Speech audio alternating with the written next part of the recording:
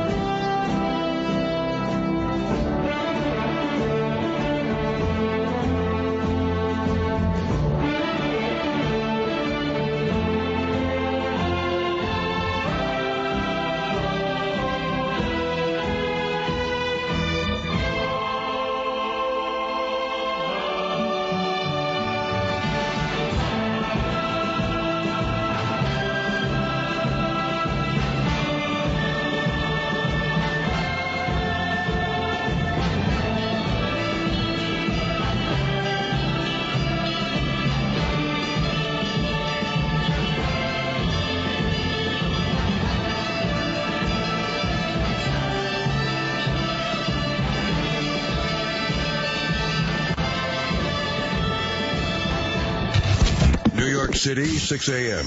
An out-of-control satellite radio show is being broadcasted to millions of Americans. At the controls, Greg Hughes, a father. Oh, this is perfect. This is how it should be. Anthony Cumia, an alcoholic. Hey, hi. And Jim Norton, a comedian. It's me! I work here!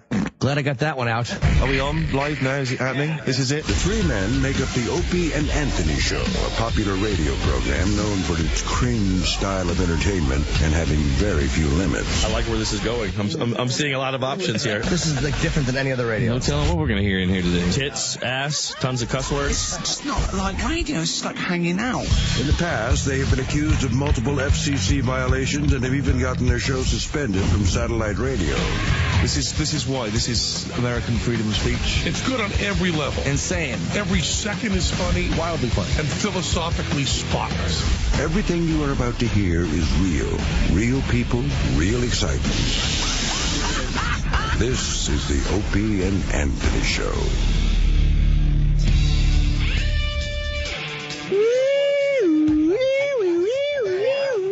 Morning, morning, morning, morning, morning. Hello. Good fucking morning. Morning. World's going to end in 5 days. Good morning. Thank God. Good morning to you. What do we got, a week? Yeah, we got a week of Earth. Why are we wasting our time then, like, working and coming in early and waking up? I would think if we have 1 week left, before the end of the world, we should all just, like, take off and be debaucherous. Rape, pillage, whatever. Then let's get the hell out of here. Yeah, what do you say? Make believe we're from France for the next 5 days. Oh, make believe we're a fucking head muckety-muck of... Fucking, that guy, Fuck, I just gave myself hiccups. What a naughty boy. What a naughty boy he is. Who is he? The International Money Fund head. Yeah. Is that a big gig? Yeah. Head of the IMF, the presidential contender there for France. Yeah, he wants to be president or tried or something. He wanted to be president. I don't think that's going to wash too well now. He was at the Sofitel, $3,000 a night. Yeah, nice. And he was chasing a maid around his room with a big boner. With his boner. He was chasing it with his bonel. And it sounds like, because they have to write around it in the paper, but it sounds like he wanted the maid to suck his big boner. Of course. And she doesn't. She lost her mind. She didn't want to suck his big boner. So she runs out of the room down the hallway like freaking out. Right. And he's like, uh-oh. Aw, shit. So he grabs his shit, leaving stuff behind, like left a cell phone behind and some clothes and everything, and like ran out of there, ran right to the airport, jumps on an Air France plane, and 10 minutes before it went to take off, I guess, the feds knocked on the plane door and said, we got to get this guy. Wait, how he got caught? Wait, 10 minutes before the flight? Oh, yeah, he was on the plane ready to go. Ready to go. And the United States has no extradition treaty with France. Yeah. So, what's his name, the director? Yeah, Roman Polanski. Yeah. He would have been, pretty much home free. Scots free. Yeah, but... Can you imagine you're sitting on that plane going, just take off, just take off, just take off? I know, so please. What's the delay? Seems a little bit of a delay. Why are we not rolling back? Yeah. Roll back here. He only got caught because he had called them and said, did you find my cell phone? And they said, yes. And a security guard answered the phone. Oh, hello, yeah. And the guy lied. The guy hadn't found his phone. The guy's like, yeah, I got your phone. And he goes, well, he told him where he was. That's how the cops knew where he was. What an idiot. If that dummy didn't say anything. Leave your phone. Leave your phone. Just go. That's what he told him where he was. But we all need our phones. Well, you do get attached to your phone. And what's on his phone? Oh, yeah. Boner pictures, him chasing around the maid. But he's sitting there just looking out that window. Yep. Just that little plane window going, just fucking roll back already. Nope. He got nailed, and they're looking for no bail because he'll leave. He'll just go to France and the maid recognized him with the lineup thing. Yeah. The maid recognized. What would have happened if the plane took off? You think they would have forced it to turn around? No. Once it was up, that would have been it. I think he would really? have. I think once he landed in France, they don't care. The French don't give a shit. They're like, yeah, welcome home. Blah. They want to scrape under his fingernails and everything. So it looks like he was scratching at the blood. They did. They took him in. They gave him the perp walk. And then they took a bunch of DNA samples to match him up to the maid's vagina and I don't know. I don't think he got that. No, but I'm sure there's like pre-cum everywhere. Oh, Jesus. It's like old fucking just spraying around the room. You think he regrets calling for his phone? Oh, does he ever? A little bit. What a dope. What an idiot. You're that close. Fuck the cell phone. Perv switch just went off on that guy. He saw that maid and was like, for this kind of cash in this hotel? What did he look like at the airport, you think? Did he have any clothes on? A little nervous, a fucking pre-cum stain in his crotch.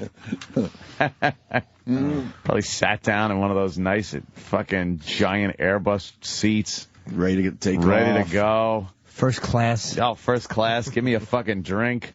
And then I'm so out of here. I'm scot-free. And also, you just see the feds look at you. Oh, boy. Also, the door opens back up, and I call it a door because I'm just adorable. Ladies and gentlemen. What is it actually called?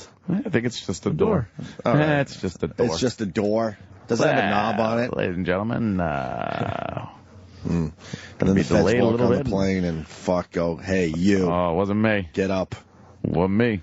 See, there it is. It's on every TV. And now he's mad that he's not getting VIP treatment through this whole thing. Yeah. He had a deal with Air France where he can get on any flight and just be in first class. That was his deal with Air France. Any flight he can get on. Great. Oh, he's like, fuck. So he probably called and said, when you have a plane, they probably said, like, in 90 minutes, okay, I'm on my way. Why don't a guy like that just get an escort? What is he doing? I wonder if somebody could have gotten, I wonder if somebody got his seat. Hey, I got bumped up. Yeah. This is great. I guess the perv switch just went off. Perv switch went off. He couldn't take it. And he had to have some of that maid. The maid. You think so? I've never seen an attractive fucking maid. No. You think some of those maids are working it in some of these nicer hotels? I don't know. In the nicer hotels, I really don't think so. How does that work, you think? I don't think so. A lot of guys, a lot of businessmen with boners, and you got the maids coming and going. They don't want to lose their job and probably their fucking citizenship. I would imagine, though, a few maids If they even have it. kind of, working on the side a little bit, like, yeah, all right. Maybe in some of the cheap hotels. Not at the Sofitel. That place is fucking class all the way. Class. Some fucking classy. Yeah, see, thank you, Ryan in Jersey. Ryan. This guy's like 60 or 70 years old. This can't be the first time he's tried. So he's definitely got his dick sucked before. See, that's why I'm asking that question, because he had a lot to lose, and all of a sudden he saw some kind of sign where he's thinking, all right, I got a boner, and I think I could get this thing sucked today. Yeah, but he's fucked up before in the past. I know. He had one in 2002. Yeah, so What did he do in 2002? It's in the paper. Really hot blonde. Some more sexual misconduct. Yeah. That he got out of. He must have had a plan in the past where he like worked an angle with a maid somewhere, and it's been like his go-to angle for years. Yeah, that's why I'm asking. That's why I'm asking the question today, because come on. Just wraps hundreds around his cock. Could you just take these off with your mouth? He probably has a thing he tries, and and some go for it. Some of these dumb bitches don't go for it. Or he completely lost his mind. I mean, one of the two. If he's chasing her around like a madman, scratching at her ass. Yeah. There he goes. Oh, boy. He's throwing money airplanes at her. He made paper airplanes out of money. He's throwing them at her. Oh, he's scratching at her ass. She's running around the room.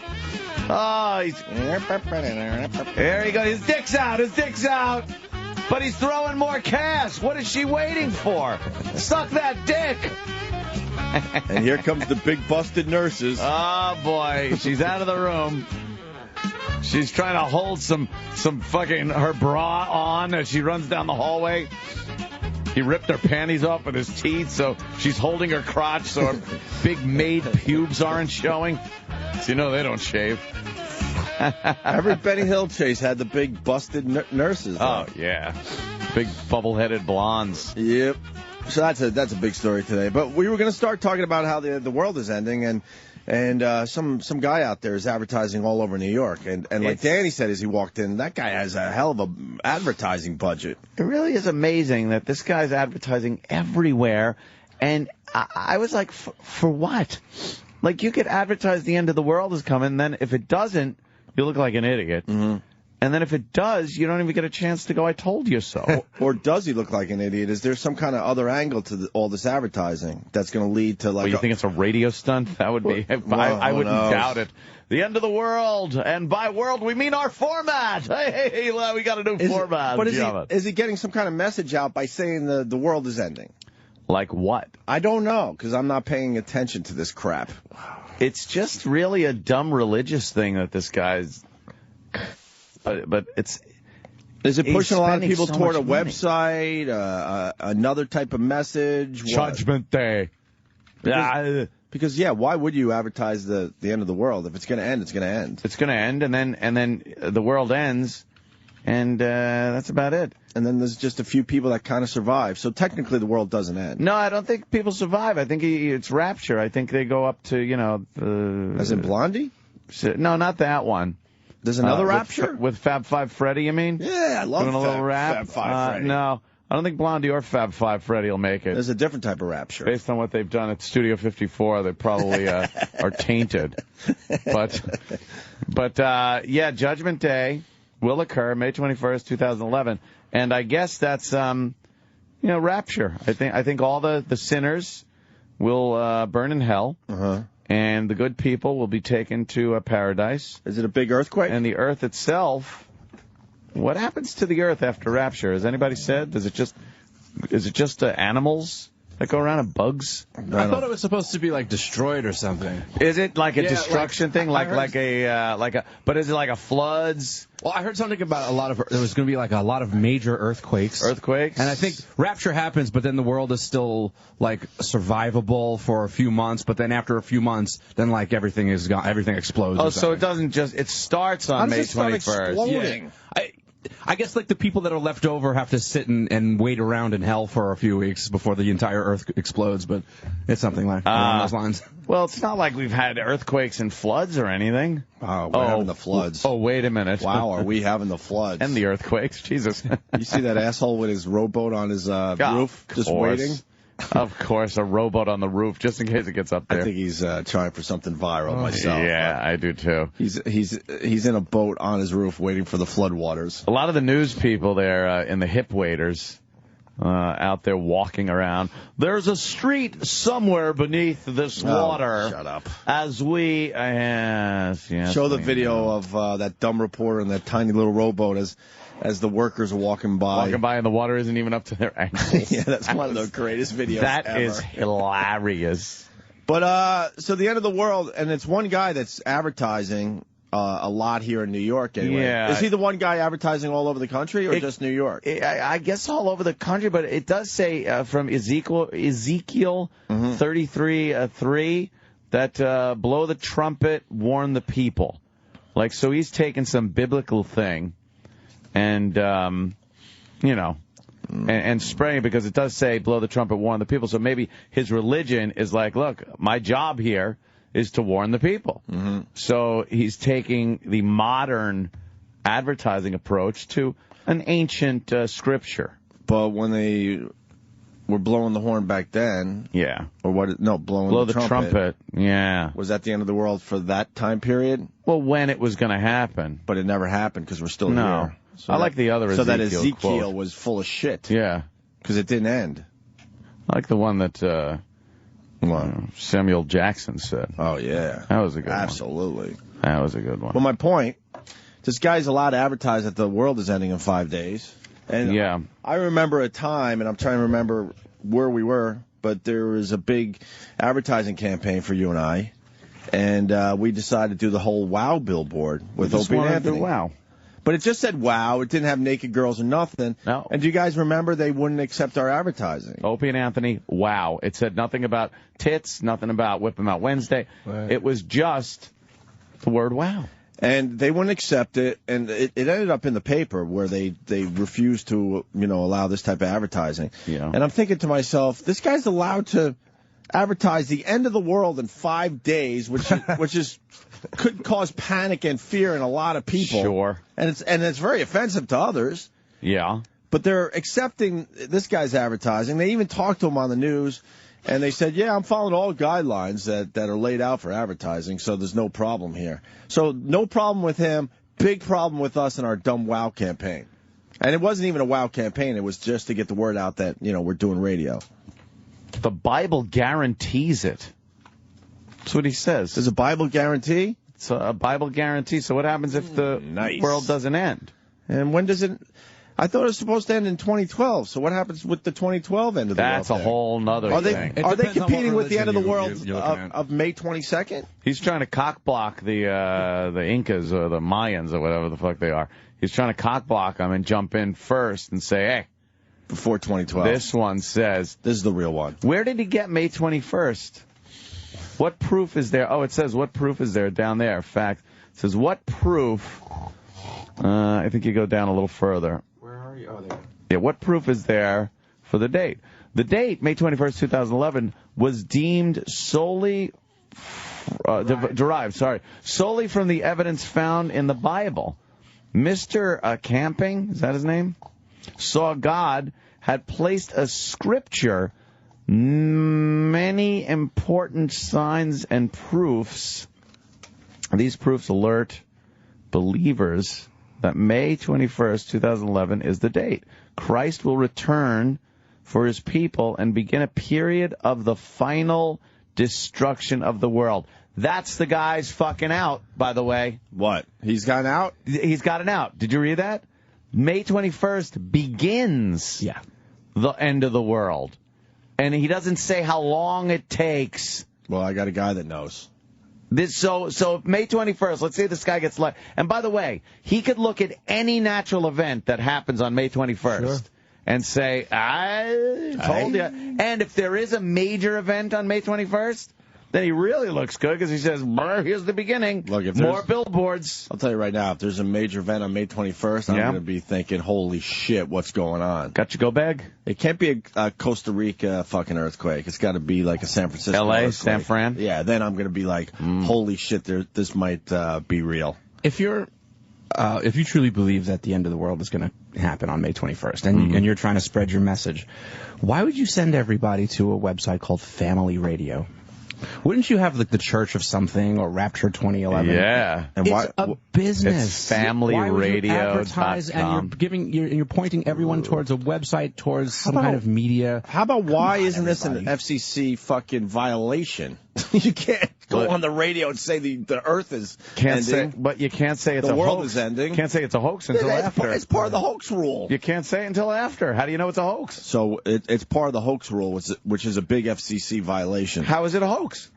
When it doesn't end on the 21st. But then we'll know after the 21st, and then you could get them. And then we get the FCC complaints. Right. Do you know how much money this guy could charge Steven Singer for reads? Oh, my Father's God. Day reads? Please, right? Singer's a sucker. Everyone's listening. Get a gold rose for May 21st. For the Rapture. Singer's a sucker. He'll advertise the end of the world. Free shipping until the Rapture. Ron in Boston knows a little more about this. Ron? Hey, guys. Hey. What's up? What's up? Hello.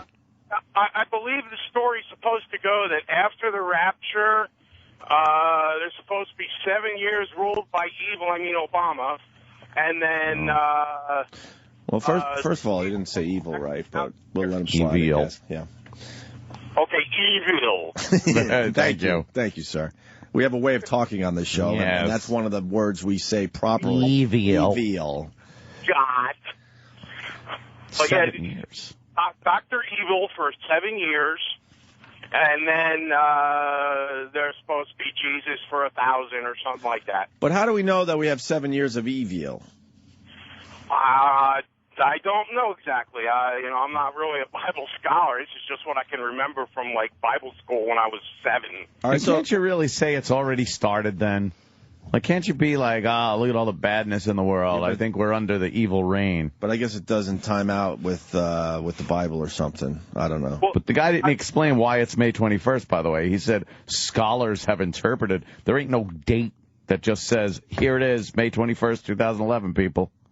I also think the story also has something in it about the Temple of Solomon being rebuilt on the Temple Mount in Jerusalem and one world government, which is really what they're pushing for now anyway. Well, they are.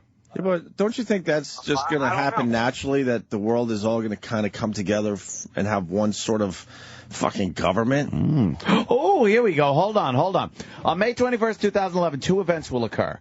These events could not be more opposite in nature. The one more wonderful than can be imagined. The other more horrific than can be imagined. A great earthquake will occur. The Bible describes it as, quote, such as was not since men were upon the earth. So mighty an earthquake and so great. This earthquake will be so powerful, it will throw open all graves. The remains of all the believers who have ever lived will be instantly transformed into glorified spiritual bodies to be forever with God. Zombies! You just described zombies. If there's a zombie invasion on May 21st, I'm going to be the happiest motherfucker. Of course. On the other hand, the bodies of all unsaved people will be thrown out upon the ground to be shamed. How do you shame The inhabitants who survive this terrible earthquake will exist in a world of horror and chaos beyond description. Each day, people will die until October 21st, 2011, when God will completely destroy the earth and its surviving inhabitants. So we have until from May till October to just fucking run rampant, blasting zombies in the head. Lots of raping. Lots of rape. I predict lots of rape. I love the fact that the bodies are going to be shamed. Like, we're going to know which ones were bad. Mm-hmm. Boom. Not that way. You'll just look at their wee-wees and go, those are small. And they'll be like, oh, I got a small dick. And zombies with their big rapture cocks. Yes. Will be running around. Shamed. That sounds pretty fucking bitchin'. Yeah, it sounds For all right. May, June, July, August, September, October. 135 days. 5 months of just fucking, like, coolness. So we got to get some go bags, don't we? Get your go bags, people. Hey, Anthony, just stock up on ammunition. I got a fucking closet full, my friend. I got all kinds of rounds. By the way, congratulations to your Red Sox. Ron. Oh, swept. Yankees are very lost right now. Sweepage. The Yankees are a very lost team right now. Barely over 500. Yeah. I think they're 21-18.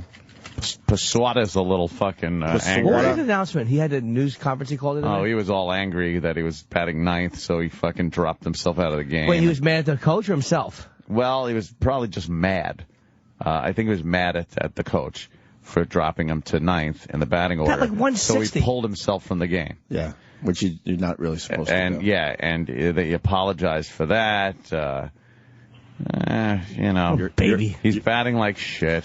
Your team is in turmoil, sir. I understand. They should be on fucking. They should have to perform to get paid. It's like if he bats 160, why should he collect the same money as if he hit fucking 420?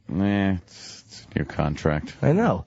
Bobby Bonilla, fucking. Oh my God! Boy, that Mets are dumb. The Bobby Holy Bonilla shit. contract, fucking A.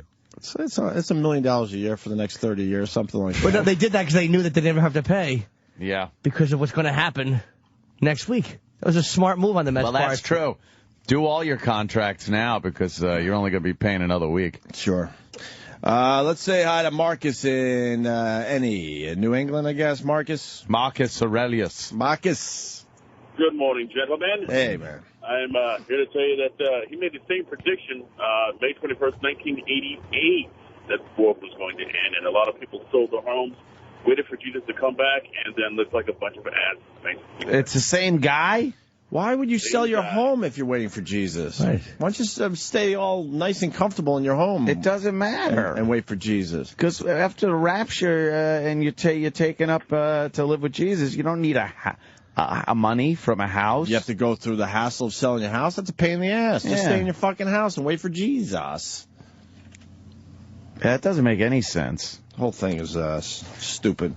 No, what's the best part of this? Have you watched the news? Shooting zombies? No, the news part where they do the story on how the Earth's going to end in 5 days, and then they go to the weather report. Like it's nothing. Forecast? Even the news, it's like, hey, the Earth's going to fucking end in 5 days. Why are you fucking giving me the 10-day forecast? Yeah, why don't you take some time and talk about that for a little while? But they say it as a story and move right the fuck on. Do they have a graphic for the end of the world? Nothing. Like just the Earth coming apart? No. Like you know how they show the clouds and the sun and rain? Just have the Earth coming apart, just like cracking? an explosion. Yeah. I would do a crack like you see in eggs just before they hatch. Yeah. End of world. Right. And where's Wolf Blitzer? Is he pumping up that situation room for this? Situation room should be pumped up. So there's going to be a fucking earthquake that's going to throw all the dead people out of their graves. That's fucked up. What's it looking like? What sucks? Not only is it going to be the end of the world Saturday, but the weather's going to be shitty. Another shitty weekend? Got to be rain showers for the end of the world. Come on. Come on, man. Come on, God. At least give us a good day for the end of the world. Muddy zombies. Come on, man. People have been in the ground so long, it's going to be just mud.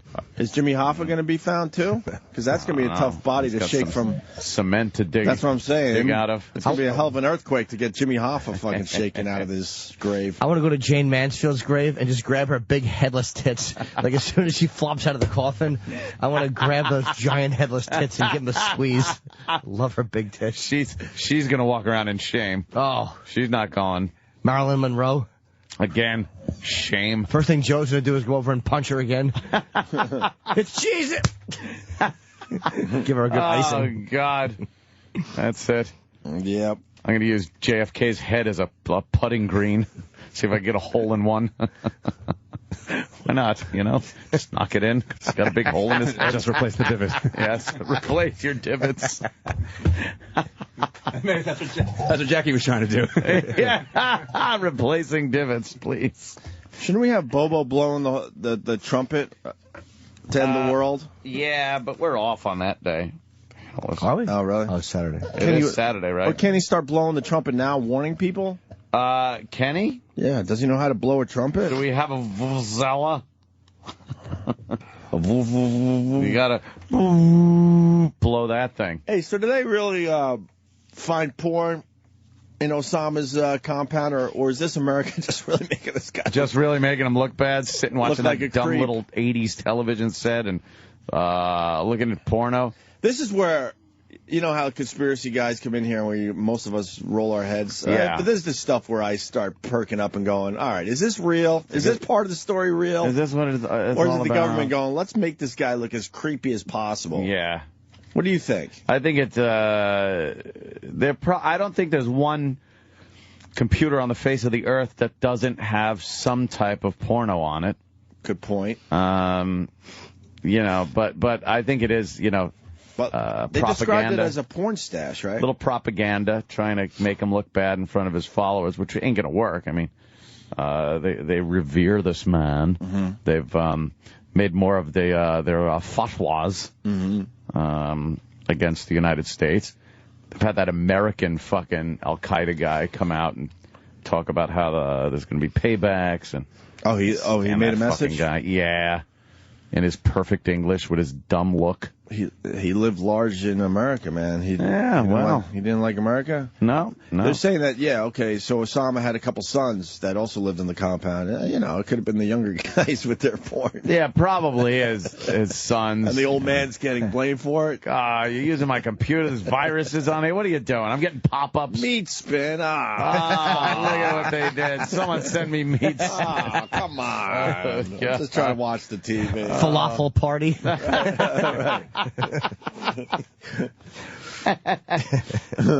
Yeah, this is a little propaganda, I think. I think so, too. It probably wasn't all that bad. That's when I do have questions like Troy Kwan. Yeah? It's like I have questions. The conspiracy? Is it really Osama's porn or what? What's the story? Who's porn? There were a few people in that compound. Mm-hmm. What are you going to do? Where was it found? Was it in the... I guess part of the computer grabbed. stash they grabbed. So who the hell knows if it's his computer, one of the other guys? Probably on a hard drive. Probably one of the external little zip drives. And I don't think he had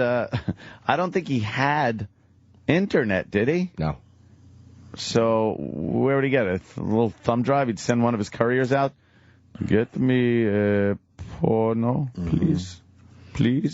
I want ass fuckers too. That's not a very good Osama impression. But he heard that the sequel to Ass Fuckers came out. Yes, he loved it. To know. He needed to see that. Yes.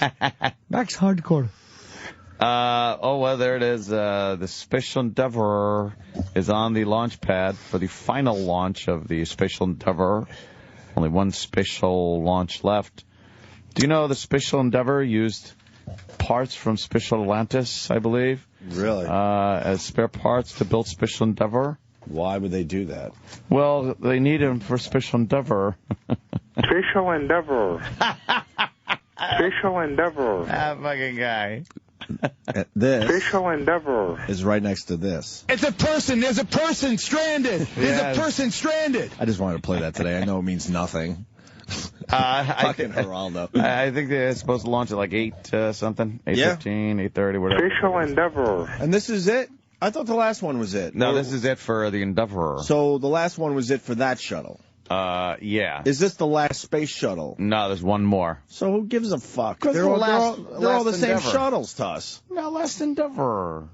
Special Endeavour. Yes, Endeavour. And of course, the astronaut, the commander, is the husband of the woman, the politician that was shot. Yeah, and she's watching the launch. Did you see the video of her walking onto the plane? No.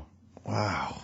Oh no, you don't get any close-ups or anything yet. Yeah, see, but they're saying by the end of this thing, you're going to barely be able to tell she was shot. That's fucked up, right? I mean, there. you're going to tell she was shot because she's never going to be the same, but she's going to do all right.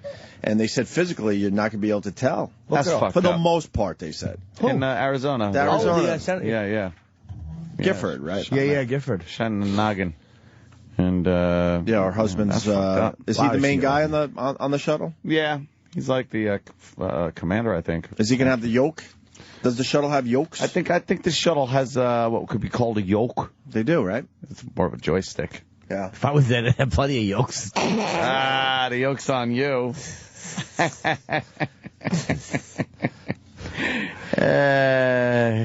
Doing chip all weekend. I couldn't stop. You were doing chip? Yes. Oh, my God, help me. Doing chip You don't all do chip at home? weekend.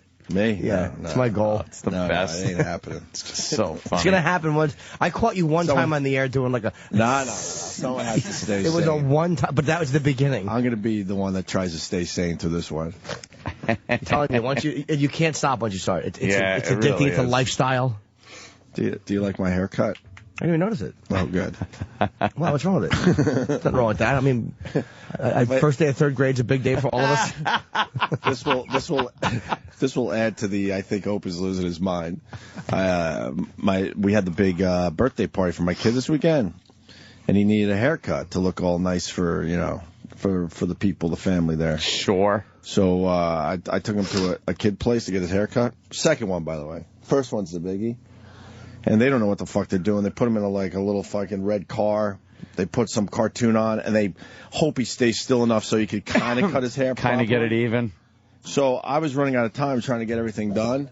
So after they cut my son's haircut, I went, hey, you think you could trim up my hair? At the kiddie haircut place? Dude, it's so fucking... They don't know anything. My hair is fucked up. What did you do? I had no time to go to my guy. I had no time to go to my guy.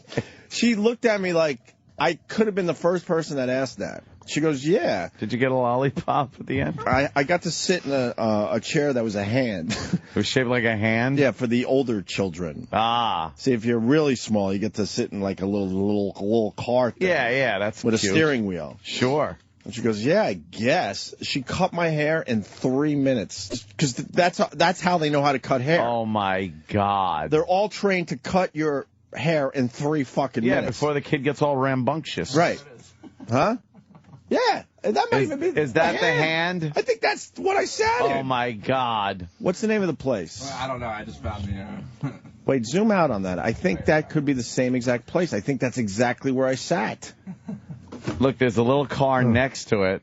Yeah, this. And then there's a hand. Did you feel like you were insured by Allstate? It's an odd couple joke I stole. To be honest, I think it's. That was with the hand chair. To be honest, I think it's slightly different. Maybe it is the place, but they redesigned it. You must have known you were not going to get the best of cuts. No, I was desperate. I just wanted to kind of look like something for the party. Yeah. So she was done in 3 minutes. She doesn't know how to take her time. And then I walked out of there with the worst haircut of my life. Is it Pete Opie Rose? That's coming in. It's like first of all, she chopped my sideburns in half. Yeah, she really did. And then it's like a drastic cut around my ear. You see that? Very drastic. What about the other side? Oh, my God, it's not even. No.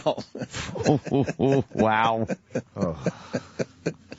I didn't know what to do. Did you start crying? I should have. You should have just started crying and rustling around in your seat. Then I walk home with the kid, and everyone's like, what the fuck did you do?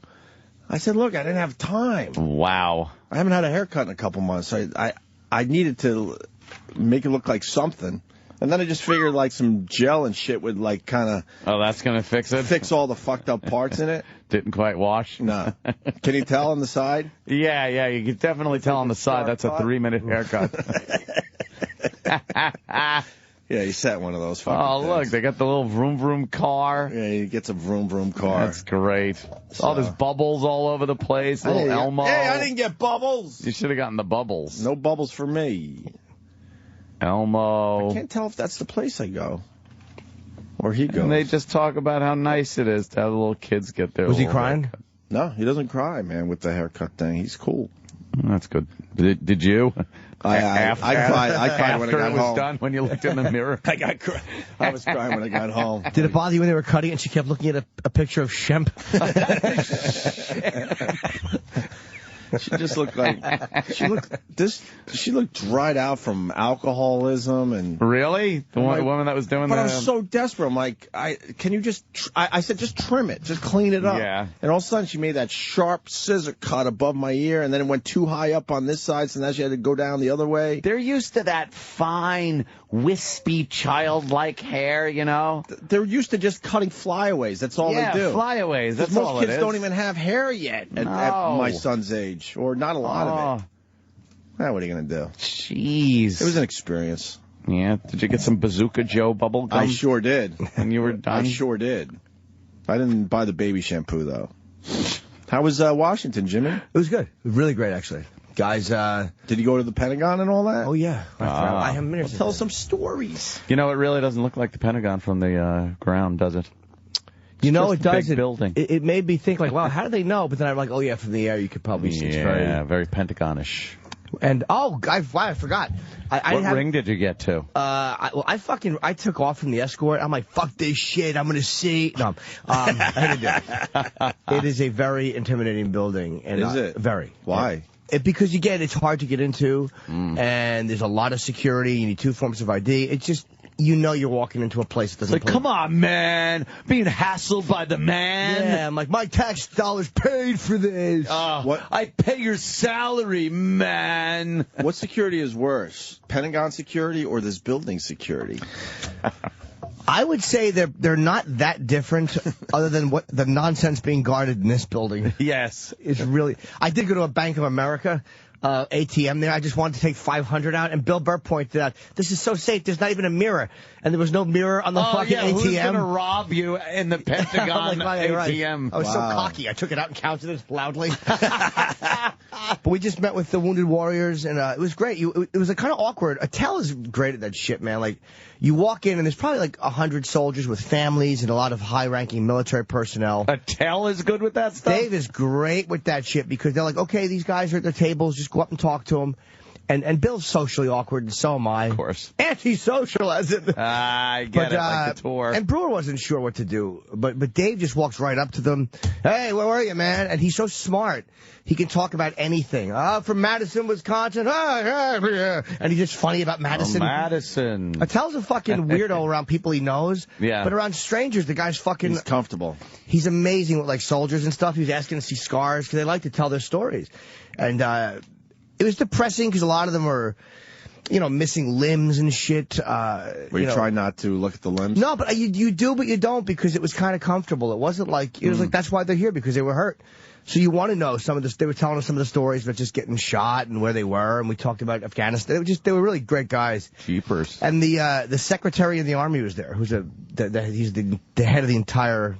I think he answers to the Secretary of Defense, who answers to the President. So someone introduced me to him. He's like, hey, I know you. He goes, well, I don't really know you. He goes, you were on the radio. I'm like, yeah. He goes, are you still doing Opie and Anthony? I'm like, yeah. I couldn't believe the Secretary of the Army. Secretary of the Army knew this dumb show. We know. He's called in a few times. Yeah. He hasn't. Of course. He hasn't. I went with the double on you. It really was him, though. I was very surprised that he said, and radio is one thing, but when he specifically said the name. Wow. He goes, you still on the Opie and Anthony show? I'm like, yeah, I'm still doing that all the time. No, he didn't. I swear to God. That's crazy. I Twittered it that day. I thought he was completely No, I'm lying. dead serious. I believed him this time. The Secretary of the fucking Army. He wasn't blinking. You gotta look for the blinks. No, he actually knew the show. I was introduced to him by his aide. He had a guy with him. I think you're fast forwarding though, Shame. because not many people get to go into the Pentagon, so you gotta walk us through it a little slower. Like, you get there, and what happens? Not different. Feel intimidated and Nah, I mean, because we were invited guests, and it's like I'm usually okay in those situations. You walk in, there's just the picture of Obama, Biden. It's a little hallway. It's not much different. Like, see that come down soon. No, maybe in 2012. It's not that much different, other than you know where you are. And the USO person walks us through, and it probably took 10 minutes of walking. But we were in the public area, so it just looked like a building with long hallways. Do you feel just power in there, though?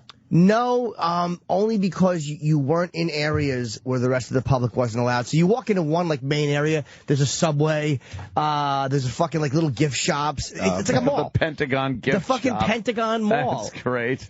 So you're not feeling like I'm in the belly of the beast. The Gulf of Tonkin play set. Yeah. It's got all these little fucking covert things that you can play. A copy of Muhammad Atta's passport, like color forms.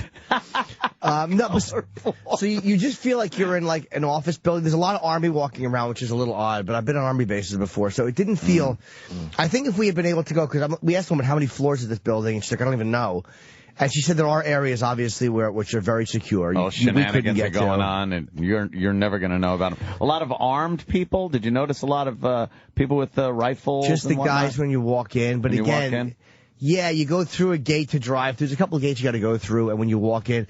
But again, where we were, there's armed people, but we weren't anywhere near secret shit. Yeah. You probably have to go down a couple of levels, and they said that there are levels down there that she said that only a few people know about, and there are some fingerprint levels where you need fingerprint ID. So we weren't going to get anywhere near.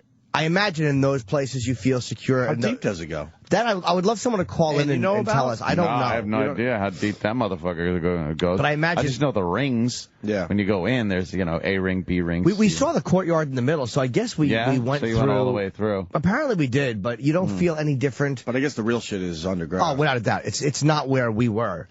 So why would they attack the Pentagon if they weren't going to get to any... He was looking for the White House.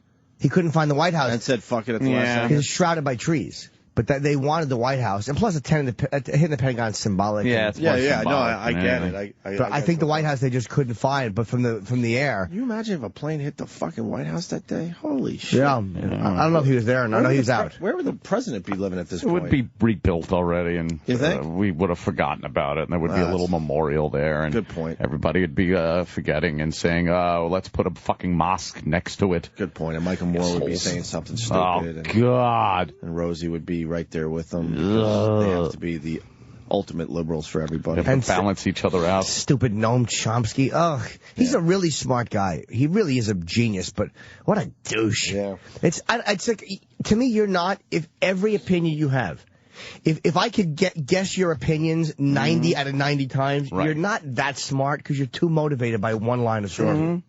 Yeah, true. He's so predictable, that fuck. Soldiers were cool? They were great. I mean, the ones we talked to were great. Were you depressed when you left? No, because we weren't in Walter Reed, which is probably where you'd see are completely, like, these were guys who at least had been healing for a little while and were out and about. And they're ambulatory. Ambulatory, right. Yeah. One guy was putting on these little thin... they look like almost like the fucking skull caps that Muslims wear, like those, or those over a leg stump, and then he was just fitting a fake leg on. So I asked him if it hurt. He goes, "Yeah, it still hurts. It's like 2 months he's had it." Ow! But they were all cool. None of them seemed to feel sorry for themselves. You see the fake arms? Yeah, I mean, I saw not necessarily a fake arm, but guys who had limbs blown off. Fingers missing and bad. Me off. You see some guy, like one guy we were talking to from Wisconsin had a giant hunk of flesh missing in the front of his like calf and in the back, and I think he had been shot. I forget how he said something blew up and went up his leg. But it's like he get like shrapnel wounds all over. But it's like that guy is going to be okay because you can see he's in a wheelchair, but he's going to walk. He's going to have his limbs. It's like, that's a win. Right. In that situation, that's a fucking win, man. Right. But none of them were fucking, I imagine in Walter Reed it's much more depressing, which is where, it was Dave's idea. Because he wanted to go to Walter Reed, so we were like, all right, we'll come down. We were going to come down early, obviously, because it was like an 11:45 or noon lunch. And then they were having this thing once a year at the Pentagon, or once a month, whatever it was. And it was good. I'm glad I did it. What about that one? A lot of cameras in that place. You don't see them, but you know there are. I bet there's a fuckload. And you can't go to the bathroom without an escort. I mean, obviously. Really? Yeah, which is... Yeah, they don't want you. I've experienced that before. Literally an escort. They don't want you doing any switcheroos in the bathroom. But you're not going anywhere. I mean, there's so many fucking cameras. Like, you could see like little ones mounted, but it's not invasive. It's like being... Those are the fake ones. Probably. That makes you turn your head, and then the real one look gets at it, you. and the real one fucking takes your picture. Yeah, of course. I want someone from who knows the Pentagon to call, though. We got a couple. Oh, you do? Okay, good. We got a cop and a contractor. So let's cop you idiot. Let's start with the contractor, Tom in D.C. Tom. Hey, what's up, Opie and Anthony and Jim? Hi, Tom. Hey, man. So you were you know the layout of the Pentagon? Yeah. I was a contractor, communications contractor, voice and data, cable and fiber optic. But as far as the floors go, because I know you were asking how high it was and all that, there's 5 floors up, but then there's 3 floors underneath that are like ABC. They're called ABC levels, but there's also individual floors in between, and like Jimmy was saying, JCS for the Joint Chiefs of Staffs and other areas. That's the areas where it's much more secure. Oh, you know what's funny too? You're right. I didn't even realize it's 5 floors up. So the level we were on was the ground floor. And I forgot, I wasn't thinking of going up. I kept thinking there's only one level, like a dope. So there could have been levels above us that had absolute security. I mean, just because they're above ground doesn't mean that they're not impenetrable. Yeah. True. So I would think there's more than 3 levels below ground. And it is a huge building. They said 18 miles of hallways. Like you don't 18 miles. Yeah. When you see it from the air, it just looks like, hey, there's a Pentagon-shaped building. But you don't realize how big those straight sections of Pentagon are. Yeah, look, you can see the Empire State Building actually from the bottom of the Pentagon. You take a Pentagon shape. Oh, wow. From the bottom of it to the point that would be at the top of the Pentagon, you could pretty much fit the Empire State Building in there. I didn't realize that. Okay. Huge. And what's the...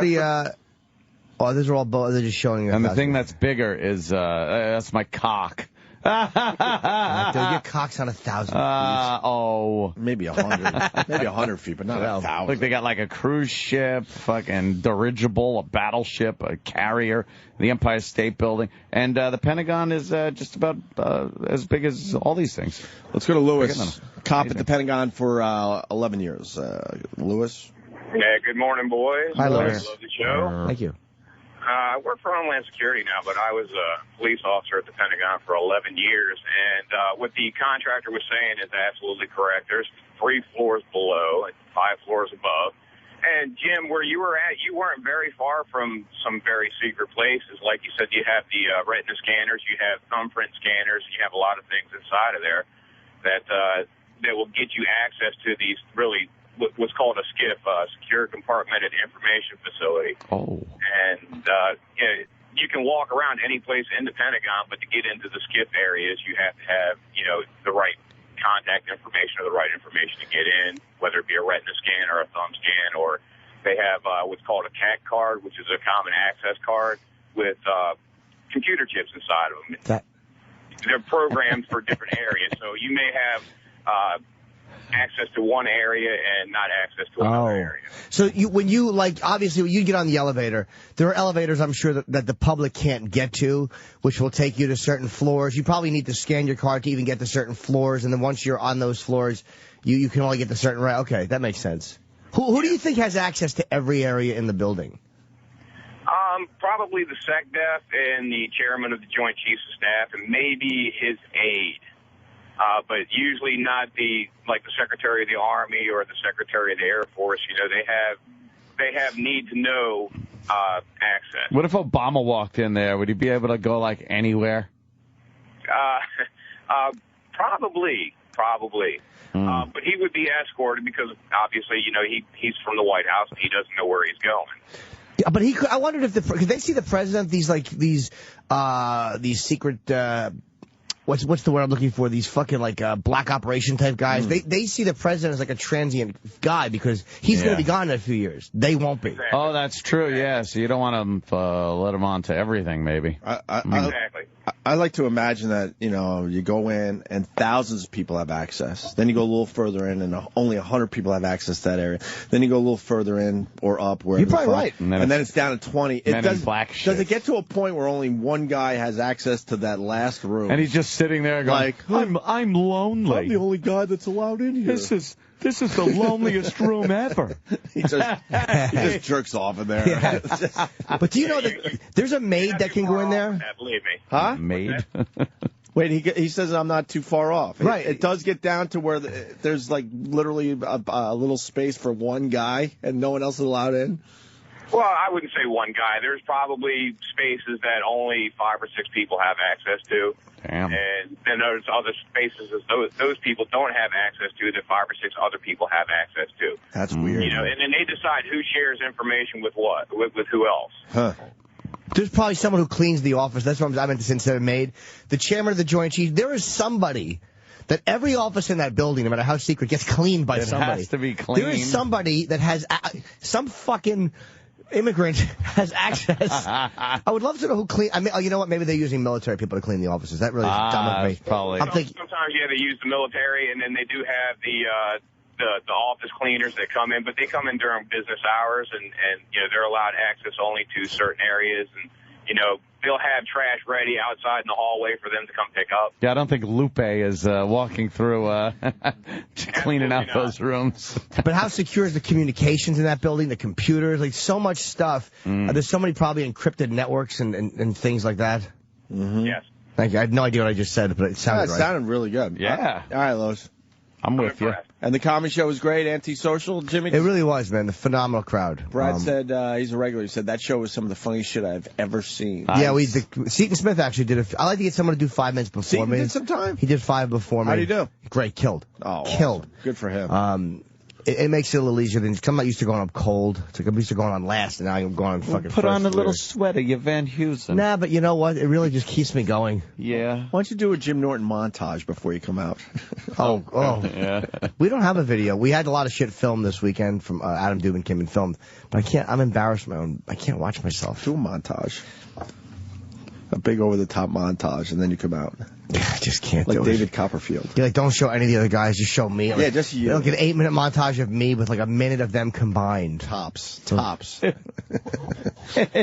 We'll be in Chicago June 15th. That's the next one, so I'm here for a while. What day is that? It's a Wednesday, but it's the opening night of the Comedy Festival. I want to go. The TBS Festival. How do you take a day off in the middle of the week? Because that's what we have to do to do the Chicago. Then you just take all 3 days. Yeah. Paying attention down the hall. The old days we would have done that. I have to. I'll be gone. They got a chart down at the end of the hall. Trust me. I'm actually going to the fucking Impex to film the next 2 days for the Inventors Convention again. Are you? Yeah. Wow, that came around again? Yes. Wait, you're not going to be here? That's the 15th of June. All right, in June. World's going to be over by then anyway. That's what I'm saying. Spatial Endeavor. Spatial Endeavor. I really want this guy to go to jail, this fucking creep. Who? This fucking French guy. This really smoking hot French reporter. He kind of assaulted her in 2002, she's saying. It's like a fish. Yeah, he's awful. He's a privileged twat. Yep. What happens with a guy like that? Do we send him back to France and let them take care of him? No, they won't. They'll take care of him. They'll literally take care of him. They'll fucking put him back in his nice house and let him live the life of Riley. Yeah. Media got a whiff, man. If the media didn't get a whiff, because he's a billionaire, like somebody may go to this fucking woman and say, look, here's fucking $5 million, shut up. And she may. She may change her story or refuse to testify. But they sort of already know that, so they're covering her up and everything. Yeah. She left the police station under a sheet. Which kind of bugs me, though. Look at him being paraded. Like, he hasn't been found guilty of anything. Yeah. And look at the way the media can, like, kind of ruin his life before he's found guilty. And she is totally protected after accusing him. Yeah, but, you know, look at him. He's guilty. He's all tan. $3,000 a night suite. Oh, what a prick. At the Sofitel. I shouldn't hate that. I'm just jealous. That up, though. Jesus. I know she was an African woman, and she has a 16-year-old daughter. She was an African? Yeah. Yeah. He probably just didn't like the fact that he couldn't have it. Oh, boy. Yeah. You have a problem with the African part? No, I don't mind Africans. She's from Africa? They said of African descent, and that's that sounds like it's actually right, as opposed to the... Is she lying, then? No. She lying? No, I would probably say not. She probably didn't want to have sex with him because she's probably still sore where her clit was removed before she came here. Jesus. Oh, you know how they are over there. Savage. Horrible over there. I wouldn't be surprised if charges were dropped because she refused to testify. Yeah. Because this guy has so much money. You don't want to go to jail in the U.S. There's no way out of this one. There's no way out of this one with DNA evidence. It's That's her some word kind of again. witness Does this guy want to tampering, go to though. a fucking a jury here?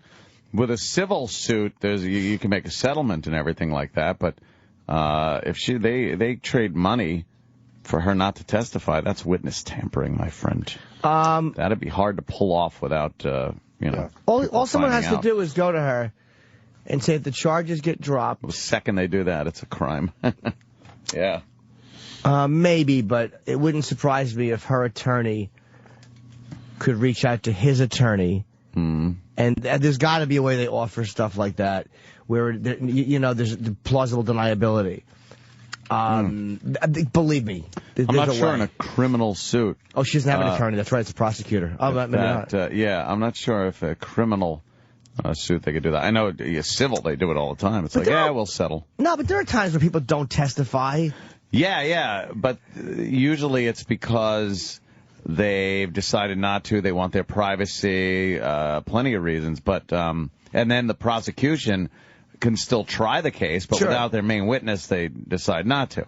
But if you're not testifying because the guy that committed the crime is offering you money to not testify, I think that's a pretty big crime right there. I didn't think of that. You're right. Right there. He's fucked. Yeah, dude, he was in a first-class Air France seat, and this idiot wanted his phone back. Right. How dumb. Maybe not dumb. Maybe he's got some shit on that phone. That could have even got him in more trouble. Right. But they got it now. We'll find out sooner or later. They got all that shit. All you got to do is, you know what you do if someone's got your fucking phone like that? Once you're back to France, you offer $10,000 to some security guy to fucking send you the phone. Give me my phone. Was it his good boy phone? You know what? He had his good boy phone and left his naughty boy phone, his naughty boy phone, and his good boy phone. My fucking Jonathan is such a wacko, my manager. He told me, he was like, hey, he was so bothered by the fact that he was around the house singing the reggae version. It is very difficult not to sing that song, too. And his wife goes, what are you doing? And he goes, it's just Jim's songs. But not the traditional version. It was the reggae version. Reggae. I don't know that version. It's I really don't him know have a good boy phone and him naughty boy phone.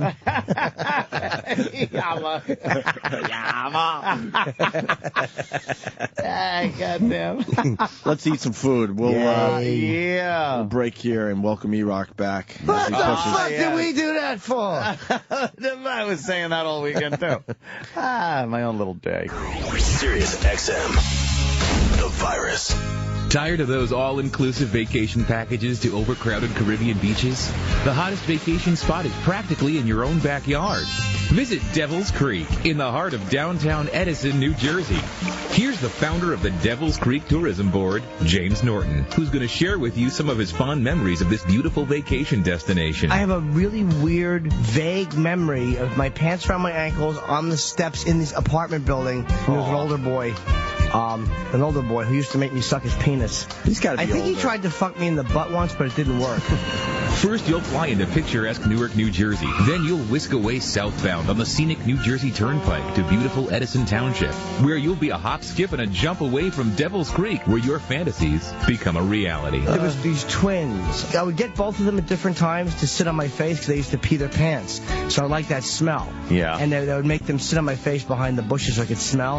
I remember my one friend, I was sucking his penis and we got caught by another friend. He's the same one that he's the same one that urinated in my mouth. For memories that'll last a lifetime, even the suppressed ones, come visit us at Devil's Creek. I don't even think I got erections at that age. I can remember my friend's penis getting erect and me wondering why that happened with his penis. Like, I didn't know what that was. It was in your mouth. Jesus Christ. The Hoover kid. Devil's Creek. If you don't leave crying, we're not trying hard enough. Coming up on the next Butt Trek, the USS Prolapse continues its journey through the universe in search of giant cocks to fuck. But the crew members soon find themselves in a compromising position.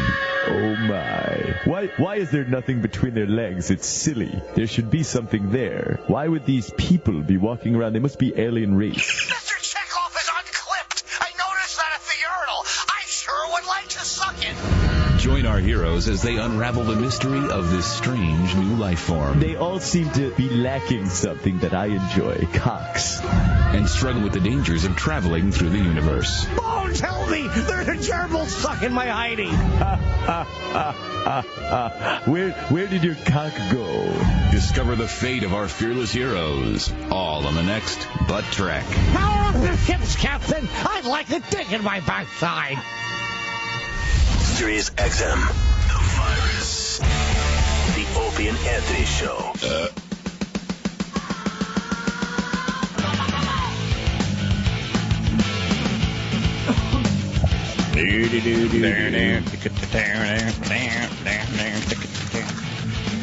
Thor, #1 at the box office, huh? Thor. How did Priest do? Oh, Priest did all right. Yeah. We had, what's his name in here? Forgot his name. Yeah, that guy. Ah, we should know his name. He's a friend now. We had a good time with him. Justin? Nah, Justin Bartha from Hangover 2. All right, let's all think. We interviewed the guy. We had a great time with the guy. He's going to come back. He's the star of Priest. Paul Bettany. Yes, Paul Bettany. Very good, Anthony. Paul Bettany. Priest was, we usually don't do the box office, but I mean, Priest, we were trying to help the guy out. He did all right. 14.5. Fourth place. Thor, #1. Bridesmaids. Funny or not funny? Roland says it's hilarious. He's seen it 2 or 3 times already. I know. I wouldn't take Roland's fucking word for it. Nope. Ever. Know why? Because he falls asleep in movies. And he's come up with other severe chick flicks that he was like, no, they're funny. Oh, it's funny. He says it's hilarious. He wants to see it a 3rd time. And I think I understand why he goes to movies more than once. I finally figured it out. Because I've been to see the whole movie. He's homeless. No. Well, that's great. Look at me answering. See, I just answered a joke, everybody. Oh, literal. I just answered a joke, everybody. Ant's right. Yeah, to see the entire movie. Because I never understood why you would want to go to a movie more than once, certainly. Yep. Maybe see it again, when it comes out on DVD or Netflix or something like that. Yeah. But he goes 2 or 3 times for every movie. And I understand now because he wants to see the whole goddamn movie. You know what movie I've never finished watching? Inception. I have fallen asleep. I've tried 3 times, and every time I have fallen asleep before that fucking ends. What's the problem with the movie? Because some people love it. I loved it. I thought it was amazing. It is so fucking just slow. Sorry. How's it slow? It's slow. I've seen the trailer. It looks like it's not slow. It certainly does. In the beginning, it's kind of cool, and then it reaches a point where it's just a brick wall for me. Bam, I'm asleep. I finally handed over my Blu-ray to my brother because he was over this weekend. I've never seen it. I never even tried. Yeah? Because of you. It's great, dude. Because of Anthony. I thought it was so... Christopher Nolan, who did The Dark Knight, did that.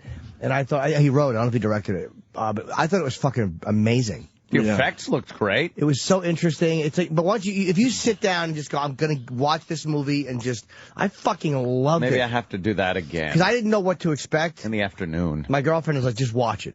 Just enjoy it. Mm-hmm. And I thought it was fucking fantastic and interesting and very original. Well, Scott, send my goddamn Blu-ray back. I got to watch this now. Oh. I didn't know we were going to talk about this. I think it's on demand.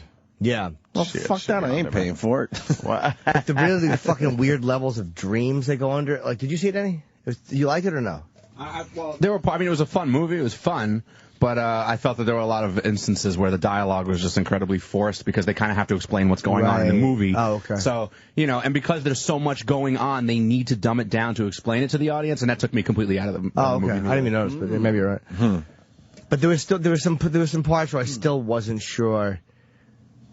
It's like you walk away going like, wait, what the fuck was that? But wait, was that? Did she really?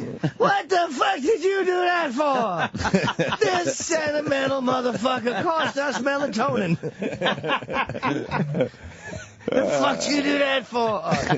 Little fella. Where's Roland? I want to talk about this Bridesmaids. I don't know. What do you mean he's doing a food run? Hopefully he's in the... Oh, yeah. Let's acknowledge to the management once again that we need Roland on our radio show, but because we don't have interns, it's Roland's turn to go and get food and coffee and all that. So thanks once again to Sirius XM for not understanding that we need interns. Bravo, good one. Good one. Yeah, we do actually. You guys got to kind of come up with the interns. We need them. Yeah, we do. It's like they said they're making progress, but they've been saying that for months. Okay. But it's human resources. It's not. They're making progress. Well, tell human resources to go suck a dick and get us our interns. Believe me, I'd love nothing more. Is there someone around here that could go to human resources and say, look, I don't give a fuck. Opie and Anthony need interns. Who's that guy? Nobody talks to each other in corporations. Like, I know what you're. I agree with you, but in corporate America, nobody goes, look, I don't give a fuck. Okay, right. That would be the way to handle it. They have to have a meeting. No. I'm not going to let this slide. There's got to be a guy that has enough power around here. I don't even know who it would be that marches down to human resources, knocks on their door, and says, "Knock it off." No, it's hurting the company that Opie and Anthony don't have interns. It's against protocol. There's not one powerful guy that could do that? No, not allowed. No, because human resources would say we don't represent the company. We're looking out for the individuals in the company. Who hired human resources? Yeah. Whoever hired human resources is the guy that can say, look, enough human resources.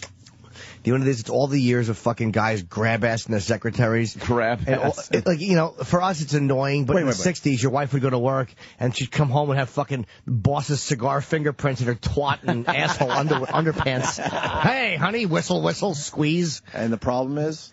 I have no problem with that. But I think, you know, that's why they were... Wait. The company hired human resources. They have to, I think. I believe they have to have them. It's a have to now? I think so. Yeah, it's gotta be.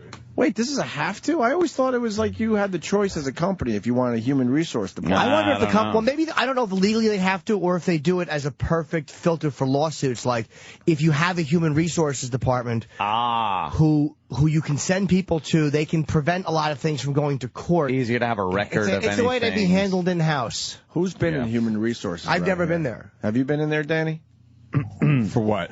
Oh, okay. You been there? Where are they even located? I don't even know. Well, I mean, what floor are they on? They're up on upstairs. Yeah. Really? Danny knows the way with his eyes closed. I've never talked to them. I would, but I've never had. I refuse to talk to them. Nothing good could come out of that. I have no reason. They want to talk to me. But we need Roland, They're fans. and we don't have Roland for this break on movies. Yeah, so. it is a little frustrating. I wanted to beat him up because he dragged me to one of those Tribeca fucking movies. Yeah. Wasn't one of the good ones? I'm sitting in there going, why did you fucking force me to come to this one? Garbage. You remember the movie, we talked about it on the air because it's a chick flick. It was called, I think it's called Once. No. With the singer dude, and he falls in love with this singer broad. And, and they do music together. What? Yes, this thing. What is it? Read the synopsis. From 2006. A modern-day musical about a busker and an immigrant and their eventful week in Dublin as they write, rehearse, and record songs that tell their love story. Holy fuck, that sounds like the work. That angered me. We talked about this movie when it first came out, Ant. Guess what? There's a second movie. Twice? It should have been called Twice. Very good. Yeah. And I didn't realize this is what I was going to see. It's basically the sequel, I guess, or it's basically a movie to see what happens to these two, because it's kind of a real-life thing.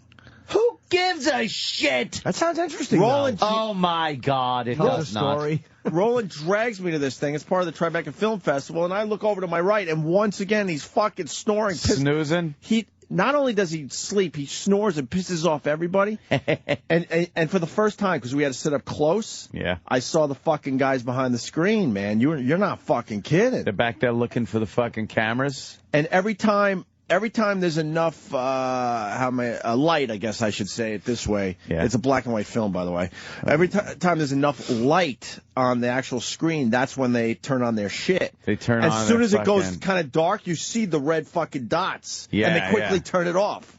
They're looking for the fucking cameras. Because I got my HD flip. I got a guy snoring in a movie theater, pissing everyone off, and I can't fucking film it.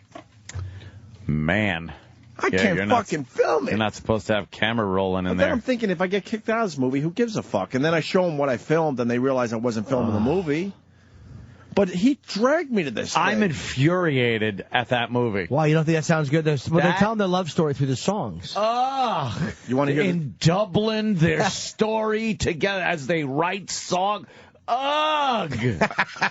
I think the guy's coming. Wow. I think the guy's coming in to play for us. Fuck him. Supposedly, he's pretty big. I don't even give a shit. What's the name of his band?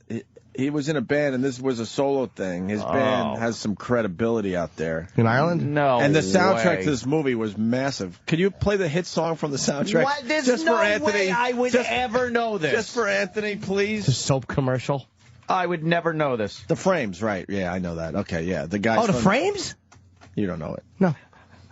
Someone knew it. You were too excited. I know. Glenn Hansard, and he seems to be troubled. How come that's setting people up for crime? Glenn Hansard. He looks like Eastside Dave. Eastside Dave. I was just he looks very much like Eastside Dave. He looks like Eastside Dave. Like a cleaned up version of Eastside Dave. If he didn't have that extra chromosome. Without the blue veins from all the alcohol.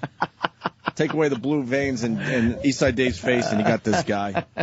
Could you hit me up with the hit song from the movie? Oh, what's it called? I don't know. I'm not going to be called a faggot today. I don't know what it is. You got it. Let's welcome E-Rock back to the show. E-Rock, you got any songs from this movie once? The soundtrack's not in here, but I have the Frames list up. I just He's spelling it wrong. WONCE. If you give me the song list, this is just for Anthony because I know he loves music. Oh God, it's horrible. Do you like Irish folk music? Is it When Your Mind's Made Up? That sounds like a good one. Yeah, sure. You got it? All right.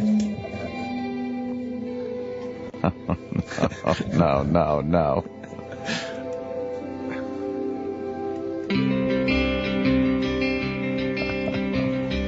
This was huge. Where? Huge song, huge Where? soundtrack. In that world.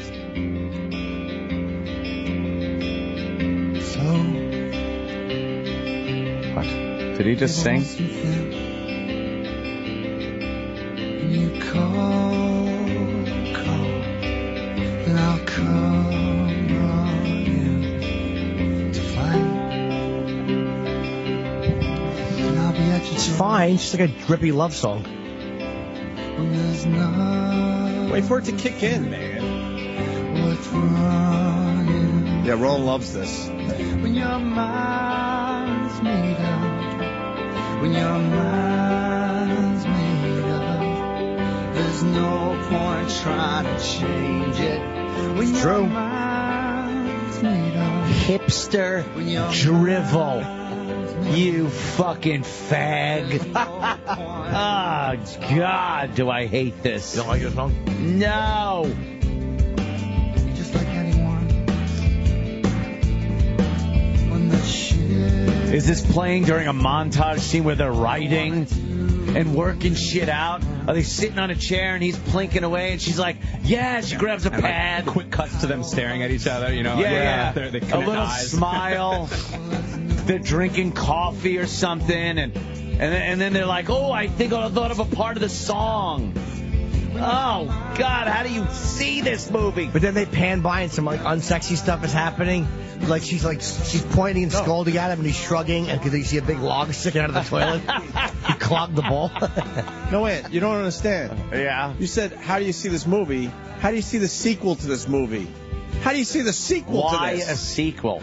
Because you got to see what happens to these two. Because they kind of fell in love with this thing. Oh, God. It's kind of a true story. Like, she's a nobody songwriter, musician. He's kind of has some credibility in the Frames. And then they get together and they write all these love songs. And they become huge. And then they're touring the world with this soundtrack. I'd have put my hand over Roland's mouth and pinched his nostrils shut. And everyone leaves the theater with him laying there dead. Chris in Canada saying we're playing the wrong song, Ant. What? Chris in Canada. Boys, it's Falling Slowly is the big hit. Well, you're gay for knowing. Well, let's get Falling Slowly. Actually, there's a lot of gay people listening to that because it's all over the instant feedback. People saying, no, it's Falling Slowly. All right. Open your mind, Ant. Because they're falling in love slowly. I'll open my ass. Jesus. Open my mind. Dan in Milwaukee saying it's Falling Slowly. Here's the big hit. All right. Falling slowly.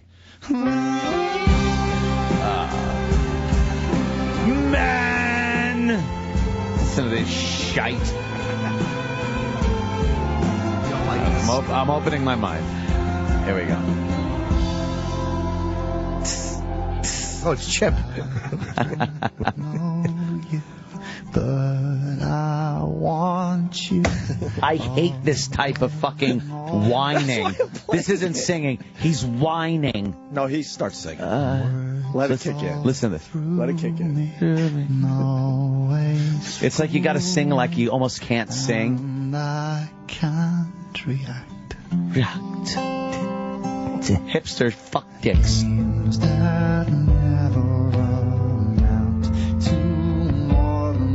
I hate this. I'm angry. Wait for her to kick in. Oh, she kicks in. It's a love story.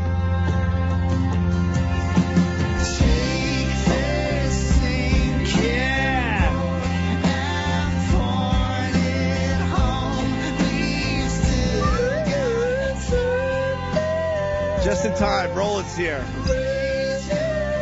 Hold on in. Roland, put on headphones immediately. Watch the look Roland gives.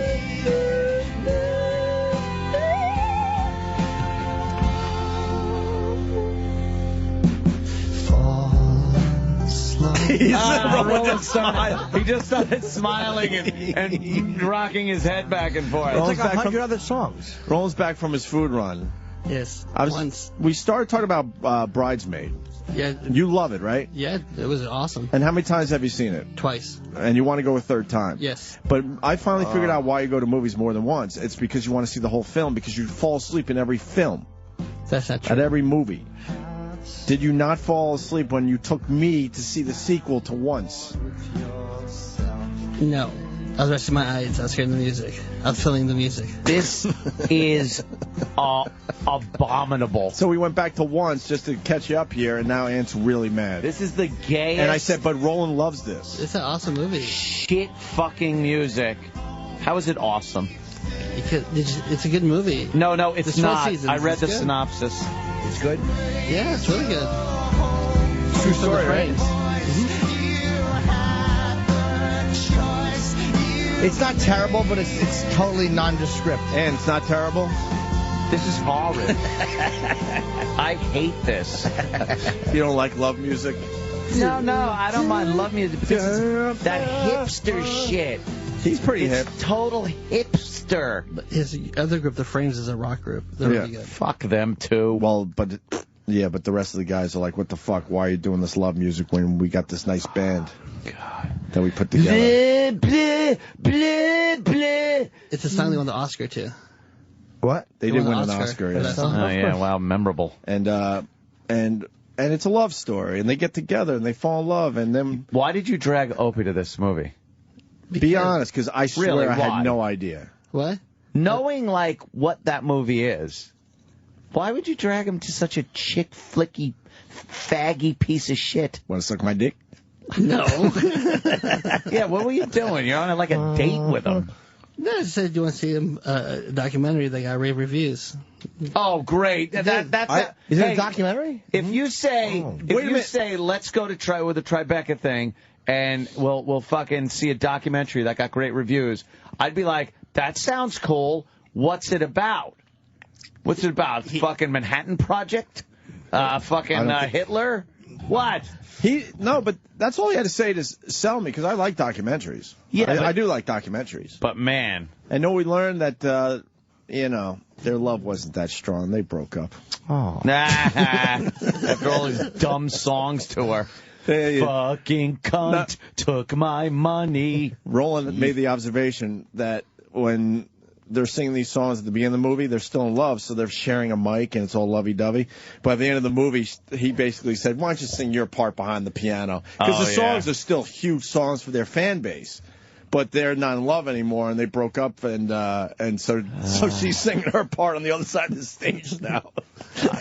There's your love story. Fuck both of them. I'd hate to sing into a mic with somebody, their breath right in your face. That's all I think about. That's all I think about, too. Bad breath. I watch fucking like old Kiss footage, and Ace and like Paul will share a mic or whatever, or Gene and Ace will share like in a harmony. I'm like, how did two guys just sing into? Doesn't that breath stink? Mm-hmm. I think you're breathing through your nose while you're singing. Roland, tell him about the heroin guy. Which one? On the way home, the heroin guy. We thought we were going to get knifed. Well, what? We literally, I guess, whatever. We were walking home from the movie. I avoided him, and you said, "Hello, sir. How are you?" No. You did. You went to film him. No, I wasn't going to film him. I know when not to film. This guy was fucking scary. No, Roland lives in the neighborhood, but he lives near me and Jimmy. So I'm like, let's just walk home and check out the city. All of a sudden, I turn to my left. There's a guy that has how many stitches? I don't want to exaggerate. Probably 50 to 100. 50 to 100 stitches. Fresh stitches across his forehead. Nice. Yeah. And then eye, and then under here. Yeah, his face was so beat up. He had greasy, dark hair. He was pale white. Wow. Which is a creepy combination. He looked like a walking zombie, and he was on the heroin. He just got out of the fucking hospital because the cops tuned him up the night before, burnt his face on the car hood. And how do you know this? This is what he told me. Oh, I'm not you believing. talked to him. He started talking to us, and now I'm like, just be cool, because I don't know what the fuck's going to happen. It was broad daylight. I started walking slower so I could run. Wait, wait. How does he start talking to you, and you continue listening to him? You don't just go, I don't want to talk, and then you keep walking. Living in New York, for the most part, you could do that.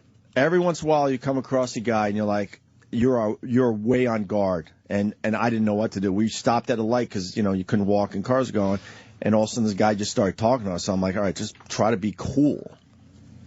Try to be fucking cool. He was nodding out as he's talking to us. No way. And then he's talking about how, the next time this happens, he's just going to fucking shoot the cop. He'd rather do the time. Oh, that's Then he was talking great. about his time in prison. Then he was talking about, something with his kids. Something with his kids and his baby mama who's black. And he's like what did he say about being the biggest white heroin dealer in the Lower East Side? It was fucked up, man. The fuck away from me, you fucking bum. Roland, were we on guard? Like, we're just hoping this guy would move on? Yeah, he looked like he was pretty crazy. He didn't care. Yeah, and I didn't know if he had anything on him as far as weapons, so I'm like, just fucking be cool, this dude.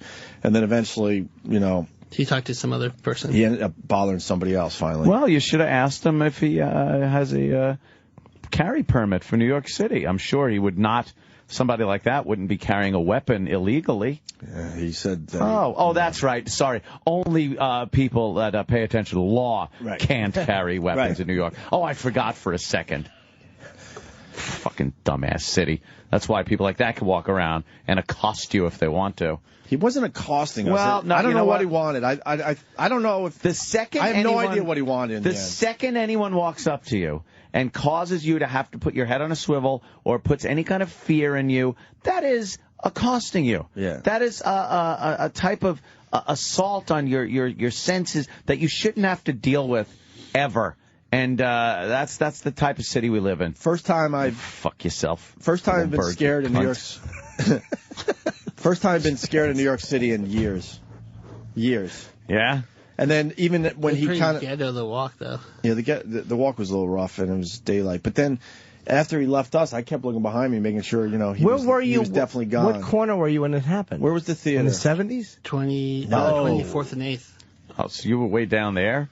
Yeah, and you walked way back uptown? 8th Avenue between 24th through Madison Square Garden is rough. Long fucking walk. Yeah, we walk. That's what you do in New York. You walk. No, I mean, that's a long fucking walk. I understand a walk, but... We walked. It was long. Did you want to walk, Roland? Be honest. Roland walks. Taxi? You didn't want to walk. He's just trying to be cool for you. No, I bet he didn't want Roland's to walk. a walker. Roland walks all over the fucking place. Do you? I do walk in the weekends a lot, yeah. Yeah? But there's some days where I get tired. Were you tired that day? A little bit. You didn't have to walk the whole way. It made Roland walk.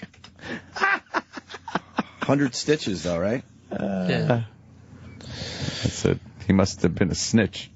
That's right. Snitches get stitches. That's right. It was scary. Good. Cop tuned him up. Good. That's what he said. Kind of low life. Next time he said.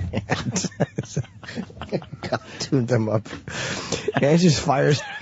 He just makes me like not knowing anything that would happen. Cop tuned him up. Good. Low life. Well, you're probably right. It was obvious looking at this guy. I am an asshole.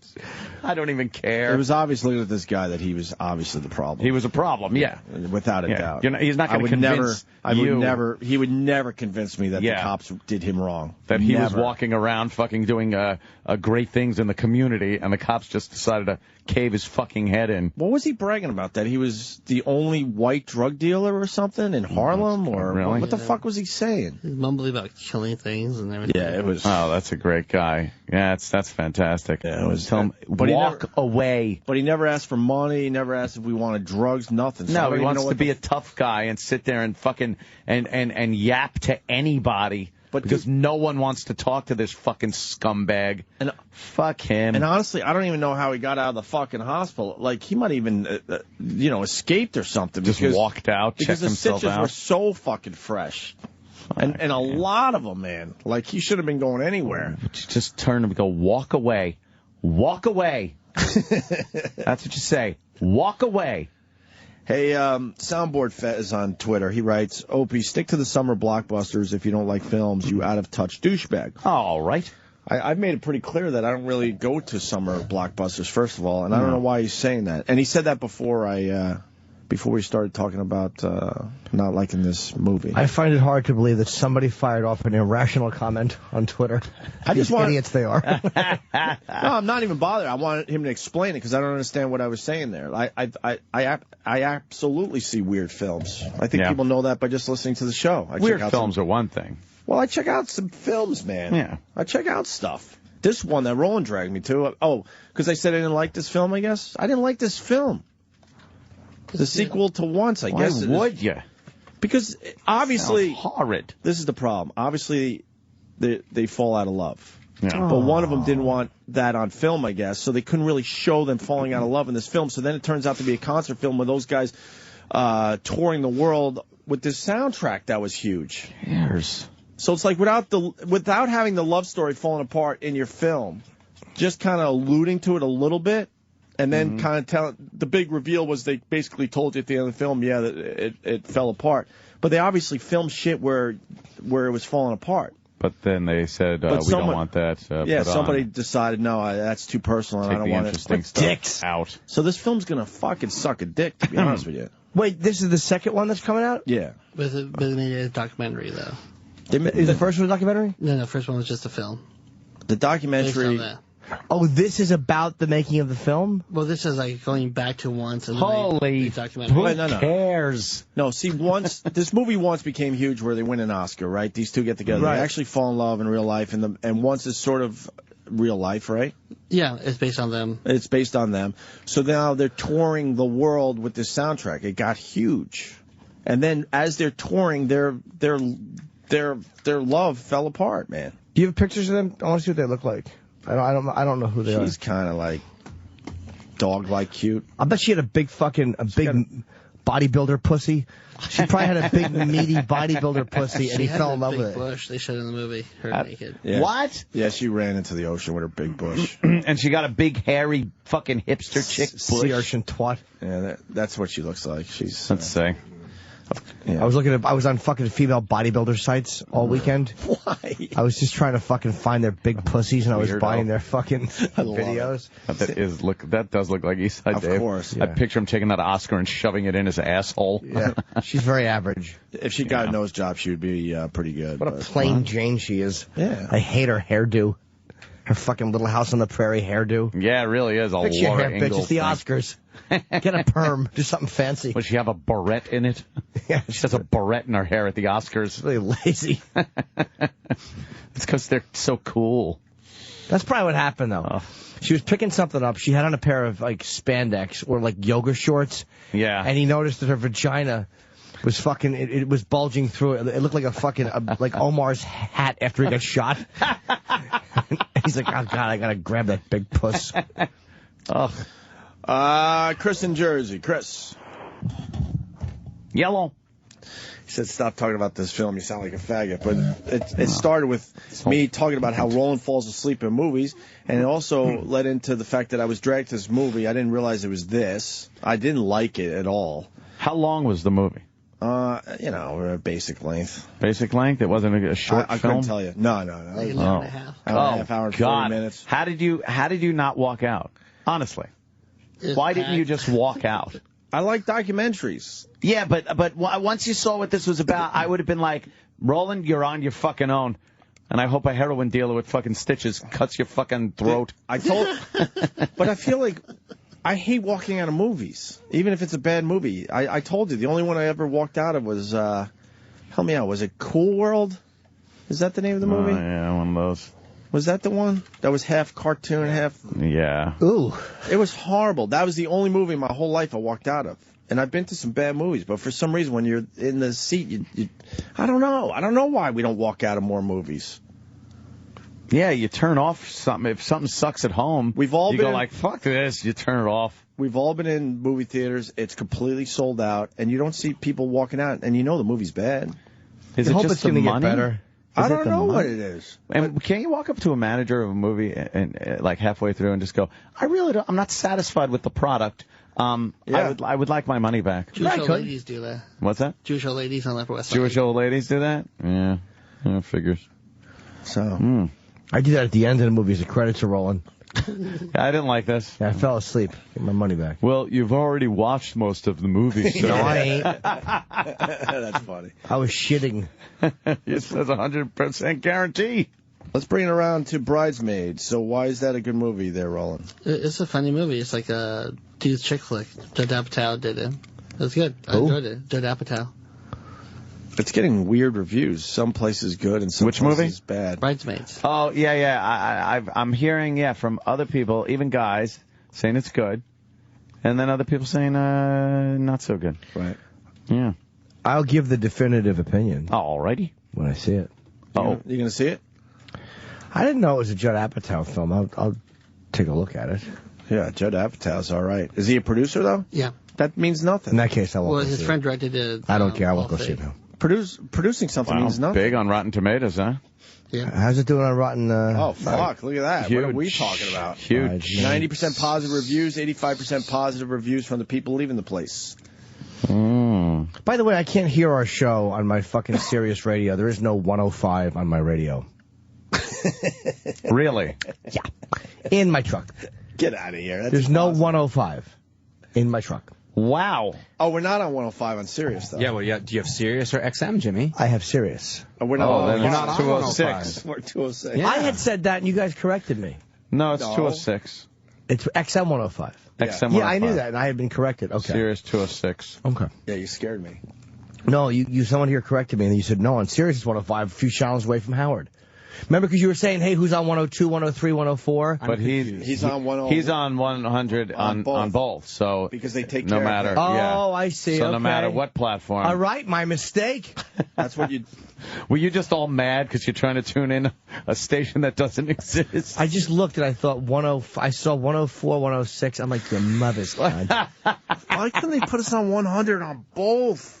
Well, he's on 100 on both. I mean, 105 on both. It's a technology issue. I think it's not that they didn't want to. It is a technology. Sirius XM just did not. Why is it? Sorry, Jimmy, but why is it always a technology issue when it comes to us? But when it comes to Howard and people they really care about, it's not a technology issue. That's what I don't understand ever. Because they'll always explain it to us down the hall. Always. That's a technology issue. But if they really wanted to put us front and center as one of the good shows here, they would have figured it out. What's on, or I guess there isn't a 105 on Sirius, right? Right. Now, why is that? Because they bundle them a certain way. I don't know how the fucking... Why don't they take 106 and make that 105? But they would never go to Howard and say, look, you're going to be on 100 on Sirius, and then you're going to be on 2090. I said 2090. I said that on purpose. Yes, there's that many channels. 2090 on XM. They would never do that to him. They would always figure it out to make sure it's right. But for us, it's always something. Everyone coming from XM to Sirius this way, I think, is dealing with it. I'm going to say that everyone who's on the best XM on a Sirius platform is dealing with the same shit. But they own Sirius XM. The people that made these changes. They have to keep them separate. But there's got to be a way to figure it out if you own the company. Yeah. Yeah, but I think that they're kept separate. And after certain things have now but keep it been separate brought to light, another they're going way. to stay separate. Because I would have rather been fuck dial placement. I would have rather been 206 on both then. Because you even got confused. I got confused. You do the show and you got confused. The thing is this.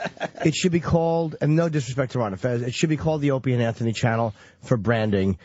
And this company has, since day one, refused to do that. Yeah. And there's no way around it. Even Elo wouldn't do it, who was a great champion for the show.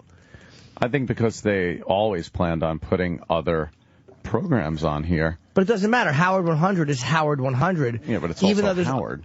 But I'm saying there's other programs on there. Yeah, but it's Howard's fucking channel. Yeah. They don't consider this our channel. I know, exactly. So that's why. But there is a certain name recognition that they should acknowledge. It's easier to find than virus, which means nothing. No, it really doesn't. It means nothing. No. It was kind of a catchphrase years ago for the show. But catch the virus and all now that. it's like we Now it don't means use nothing. it anymore. It's high voltage. voltage. It was a little better than high voltage, but not Why don't much. we call it Where's the Beef? It'd be as relevant. How about just the Opie and Anthony channel? Yeah. More people will go to it, just who don't know the show, who go, I've heard of those guys, let me see what it is. It's very simple. They won't do it. That'll never happen. Soundboard Fez has written back. He writes, What happened? Sorry, but you guys constantly call artsy movies faggy. That's right. I don't know about that. No, we don't. Without Not any- artsy movies, you dunce. Wait for part 2 and then you'll really be mad. Oh, okay. Without any real idea of what they are about. Yeah. Mm-hmm. In your defense, maybe you don't feel like fighting with Ant, who only likes shit with explosions. That's all I watch. You're right. You know what's one of the best movies I've ever seen? One of my favorite movies of all time, and it's because of so many explosions. Sling Blade. You know, Sling Blade was such a great action movie. Which is the king of artsy, right? Yeah, That's one of the biggest artsy movies ever. It is. It was never supposed to be as No, it was a short film made by Billy Bob Thornton that was made into a longer movie. It's fantastic. The acting is great. No explosions. I think as a show in general, we don't go to summer blockbusters. Yeah. We just don't. Shawshank's another one. Oh, boy, the explosions in Shawshank. Figured she didn't mind what Jesse Dixon was doing to her. Blew him up. I made him explode. Yeah, this is huge. Yeah, the only explosion was Doyle yelling at his friends. Get the fuck out! This is a terrible song. It's a #1 hit tune. The drums. Then it gets very surfer sounding.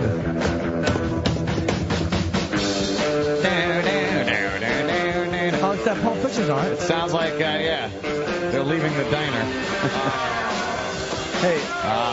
Play through it. You gotta play through it. What happened that he had to play through it? They made a mistake. And then instead of just playing through the mistake, he stopped, and he got Doyle all pissed off. And, Can I go back to this blockbuster thing? Yeah. I think he's way off on this because even though it's not officially the summer blockbusters, here's the weekend box office. These are blockbusters, right? Blockbusters. Be honest here. I'm going to give you the top 5 movies out right now. Okay. Tell me how many you've seen. All right. This is how often Soundboard Fez is. Who has seen Thor in this room? Besides Roland. I'm looking at Thor right now. Everything. Roland sees everything, but E-Rock, you see Thor. Yes. All right. You're kind of nerdy, too. Yeah. Bridesmaids. Oh, hell yeah. No. I'm Thor after a workout. Fast 5. What? Fast 5. Oh, Fast and Furious 5? Yeah. No. Priest. And we had the guy on, and we didn't even see the film. Nope. And Rio. Nope. So the top 5 movies this weekend, none of us have seen. No. None of us. No. I might see Bridesmaids. That's about it on that list. But I have watched documentaries. Yeah. On Afghanistan, I watched that. There are explosions in it. Yeah, but it's real life and people talking about their emotions and war. I watched a lot of Hitler documentaries. Those are good. There's a couple of explosions there.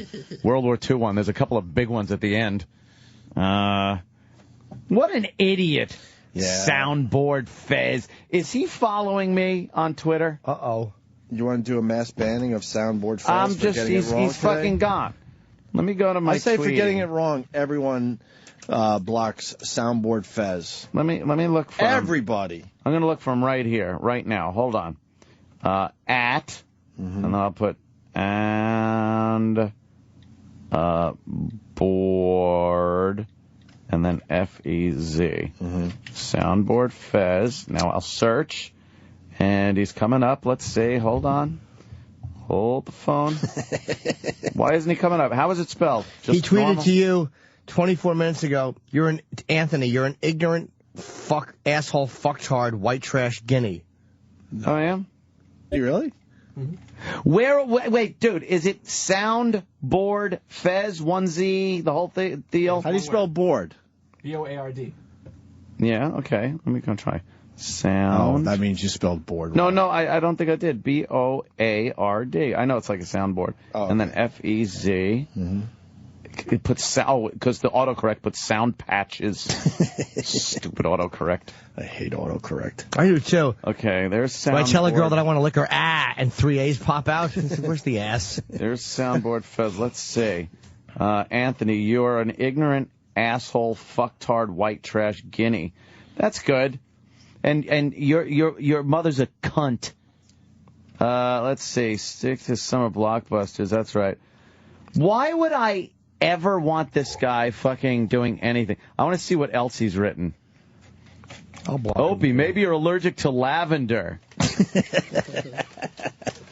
I'm getting smarter about not saying everything I think. Are you? That was 4 days ago. I don't think you're getting smarter. Yeah, let me see. Soundboard Fez. Oh, he's got 36 followers. And he follows me. Actions. Block. There you go. You're blocked. Good. There. Now you never... Jason Chansey? Is that his name? Yeah. When I go there to Soundboard Fez, it says Jason Chansey. He's from Blackshear, Georgia. Really? No. 38 followers. Who's following him? Yeah, let's block Bunch of nobodies. I'm going to block everyone that's following him as well. This is how this works out. That's how that works. That's what Everyone I do now. that's following him is getting blocked. That's right. Is getting blocked, too. It's a block party. Wait, Eastside Dave is following him? Come on. Block Dave. Got blocked. Come on, Dave. Wait, no, Dave follows anyone that follows him. He's following 81 people. Let's see who else. Pat Fumanaki, he's following you. No. You have to block his followers. I know, but I'm just saying, Pat Fumanaki, he's following you. Block him now. Oh, I see what you're saying. Please. Enemy. I never follow back. One of his followers is Lex and Terry. Fred from Brooklyn, he's following you. Steve S. from Bayshore, he's following you. If you guys could do it, just do a little favor and unfucking or block this guy so he can't follow he doesn't deserve to read your funniness. Wait, let me ask you, do some people just follow back, right? Yeah. Yeah. He has 35 followers, right? Yeah. Bob Kelly, we got to get that. Got Earl Douglas. Not Sam. Block him. Eastside Dave McDonald. Block this idiot. Jay Moores, if you're listening. See, Lex and Terry are just following him back because they have 27,000 followers and they're following 24,000 people. Yeah. How do you follow that many people? I never could do that. It's a waste. But I just want anyone. I want him to not be able to know anything that's going on this show. Because he doesn't deserve the humor and hijinks. He tweeted Frunkus, though, so I think it's okay. Fuck you! I think it's okay. Did he tweet that? Yeah. If Love you guys. Yeah, if you tweet Frunkus, No, you're all full of shit. You're full of shit. Yeah, maybe you don't feel like fighting with Ant, who only likes shit with explosions. You do, though. Really? That's really way off. The only shit I like with explosions is his car when he turns the key in the morning. Whoa. Yeah, happened? It's like a casino. It happens. He did say you were a white trash guinea. You want to call him? He did. Sure. All right. Yeah, go ahead. Call him. Call him up. Answer the phone too, you faggot. Language. Yep, everyone's blocking. Block him. I haven't blocked him yet, but I will. Out of respect for my friends Opie and Anthony, I will block. Blocked. Block, please. Block. I'm gonna copy user. Now I'm putting out a full tweet. And please. And for you, look. Twitter is temporarily unavailable. Why? Oh wait, I hit the. No, you direct. No, I hit the wrong one. Please. Look. Here we go. Block this asshole. Here you go. There you go for you, Ant. Blocked. And then I'm gonna put. Watch this. This will help, right? He's goofing on our injured troops. There we go. Troops. There. And now I put his, I paste. Boink. There he is. There we go. And soundboard Fez. And we send. There we go. It's up there. Cocksucker. Yeah. Fuck with me. Fuck you! Oh, boy. Wow, a lot of tweets coming in about this. They are just... Oh, they found him on Facebook, too. Let's see. I love these people. Oh, my God, they're great. Here we go. At least he used his name. Well, he did. I don't give a shit, though. We see his face? Used his name like an idiot. That's what I'm going now. I want to see if... He's not my Facebook buddy. Why not? I want to see if I can find his dumb fucking face. There's a very funny cartoon in Hustler many years ago. Remember the doll, My Buddy? My Buddy. This kid was opening one that said My Butty, and it was B-U-T-T-Y, and he was fucking his doll in the ass. Jesus. I love Hustler. Hustler had great Hustler was cartoons. the funniest cartoons ever. Absolutely. You want to see his bat? Please. What is that? Take a guess. Is that his wife or girlfriend? Mm-hmm. That's his wife? Yep. What a fucking slob your wife is. Oh. Well, we got. What a fat fucking pig. Well, don't put her up on fucking Facebook then. She's a slob. Oh, you bitter fucking cunt. That's right. I'm fucking a model. You fuck a pig. You fucking asshole. No wonder you're mad. My chick weighs as much as one of your girl's legs. Ugh, what a disgusting slob. And she's a flatzo. She don't even have big tits that you could fuck. Fuck that. Fuck you. He's on the line. Fuck you. He's listening to this. Good. Pick him up. Pick him up. He's been listening the whole time. Jason. I don't care. Jason. Hey, you jealous cocksucker. What's the matter, dumb fuck? Huh? Hey, asshole. I wanted to get a tweet on the show. You got plenty to fucking talk about on Twitter, don't you? What's the matter with you? Humor at all? Oh, that's humor? Ooh. Hey, look. Now you're trying to disguise it like I was just goofing? No, you weren't. I know serious. I've been in this fucking game long enough to know when someone's goofing around with me and when someone's being a douchebag fucking dick. Ignorant guinea. Yeah, that's it. Really? Yeah, all the things you say about yourself. Yeah, exactly. Yeah, I say them about myself. That's right. And yours came across with no humor whatsoever. What did you write? That's why they don't pay me That's why they don't pay me as a comedian. Sorry. Yeah, well, they should pay you the big bucks to feed that fucking wife of yours. I hope she didn't look like that when you married her, dude. Don't worry, buddy. He's just joking. Yeah, it's a joke.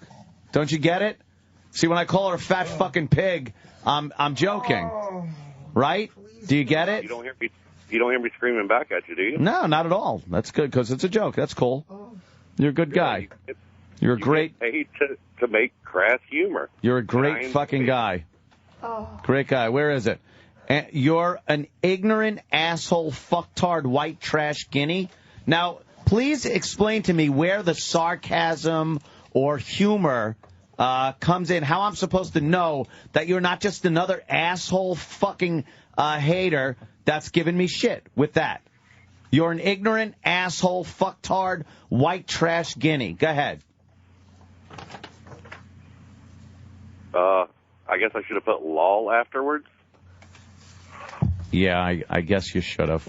I mean, who's going to pay to listen to your show? You. And then really be. Believe me, a lot of people do. Well, I'm probably sorry. you probably turn it up loud so you don't have to listen to the cries of "I'm hungry" all day from your spouse. So you crank up our show. Hey, man, I love my wife. I don't, No, there's plenty to love. Yeah. Yeah? How long you been married? Like, how many pounds ago? She weighs the same, actually. She weighs the same? Yep. Wow. Jesus Christ. What'd you do with the wedding dress? Make an awning? No, a pool cover. Ah. There you go. That's a joke. See, I get it now. Are you a hefty guy yourself? Oh, I'm a big one, man. Yeah? Two big fat white trash people. Hell yeah. No Yeah. bed frame, just right on the floor, man, to keep from breaking it. Yeah. What about the poor joists? That's what I'm saying. Yeah, I mean, it's, we're constantly having to have construction work done because of that. Stop. Let's see. What do you have? Left and right. Yeah. You have anxiety attacks too? Oh, yeah. What is that? When the fridge starts getting low? Yeah. Yeah. I'm just reading through through some of your tweets. That's good. See if you're joking with us anymore on this one. I guess not. Well, you seem I to really don't. I don't constantly barrage you guys with tweets, man. I just, for some reason, like, hey, let's see if I can get one on the show this morning. Oh. And that's the only way I know is the only tweets you guys hardly ever read are people that are, like, quote, bagging on you. So I let it run as far as I could, then I frunked, and I'm, Hey, soundboard. Hey, I'm sorry. Soundboard Feds. Yeah. Do you listen enough to understand that we do watch artsy movies? And we don't and that we don't really watch a lot of blockbusters? Yeah, I do. I really enjoyed you, like, talking to Ron when Anthony was out and stuff like that. No, but I'm Oh, that's good. Thanks. He likes the show when I'm not here. Yeah. No, I like the show when you're there for the political and other stuff. That's great. No, but why would you just make a blanket statement that all we like is Fuck summer? the blockbusters. I'll come over to your house and watch the floor busters. That was actually good. Yeah. Did you just get off on the wrong foot with this guy yet, or is this real? Dude, can we patch this up? I'm fucking. No, I'm not a fan of this guy. Yeah, we're not going to patch this one up. I don't think we're patching. Ant's not going to get through this. What's the matter, Jimmy? I'm so uncomfortable. I feel so bad. Do you? Oh. Why, you're not married to her? Anthony is fucking brutal. Anthony is brutal. It really wasn't as bad as I expected, to be honest with you. I mean, yeah. Oh, fuck. That's good. Where do you live, Georgia? Yeah. Yeah, down there in Georgia, huh? Yep. What do you do for a living? Sales on the road. Hunting and fishing supplies, bullets. You sell hunting and fishing supplies? Yep. Jesus Christ. All right, maybe. Yeah. Yeah, my life didn't go exactly right, did it? Oof. Wow. Eking it by on $35 a year. Woo! 35 a year, hunting and fishing. So you're on the road a lot? Selling? Yep. What do you got to do? Like, go to sporting goods stores and say, hey, buy these lures? Yeah. Hey, man, what's going on? Blah, blah, blah, blah, blah, blah, blah, blah, blah, blah. That's good. Exactly. Would you go to check one of your products, a bear trap, one day and find your wife in there? Exactly. No, it was like one of those hog traps. Exactly. I get it. I unblocked Soundboard Fez. Go on. I unblocked them. It's just too much. Aww. Maybe, should I unblock him? Jimmy's so sweet. Should I unblock him, Jimmy? You might want I'll leave it up to you. Yeah. This was a rough one. It's a rough one? Oh. Yeah. Yeah. He's laughing. Yeah, this is a rough one. I'm doing you guys since the pay times, too, man. There are people that I would like to see be attacked like this from Twitter. Yeah. Yeah, there are people that would deserve this beating. Absolutely. I'm just not convinced this guy does. I'm not saying he's not a dick on Twitter, but this is a weird exercise because I bet you if you got just about any of these real over-the-top haters on the phone, they would all sound like this guy. That's why. And you would be depressed and sad. I'm not going to fucking sit here and think this guy's any different than anyone else. I don't think he's different. Throws Jimmy, out really this don't. shit and fucking, thinks, oh, it was a joke or all they have to do is spell out their lives, and then you'd be like, no, maybe you're right. But no, and that made me just decide. I was losing my mind for a second. I thought I was going to unblock him. I'm going to keep him blocked. Fuck it. I don't need to read his shit or have him. I don't need that shit. Fuck that. Is there a list of people do we have lists on our own Twitter of people we blocked? Like, can I see the people I've blocked or no? Like the list of people I've blocked. Oh yeah. How do you do that? I'll show you. Ooh. I'll show you. Wow. Should put the list out. That's what we should do. Yeah, put the list out for the real listeners of the show. I don't know if I have one. Put the list out for the real listeners of the show and have a mass blocking party. Gregorio, where are my? Oh, I'll show you. Got any kids? Huh? Nah. Ah, lucky. Well, that's one thing you fucking did right. Hell yeah. Spawn any? Oh my God. Wow. Where'd you meet your wife? Like at a friend's house. Really? At a cookout. Ringling? There we go. Exactly.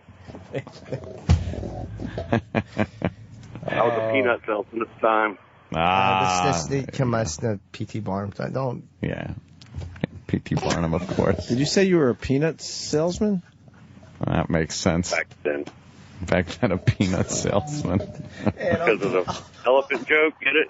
Peanuts, elephant. Guy. He had to sell peanuts. Look, no, he's lying. He's just making a joke about it. No, he's making a joke about his wife. He never sold peanuts. Did you sell? Although peanuts? he was in Georgia. That's what I'm saying. I think it might be possible.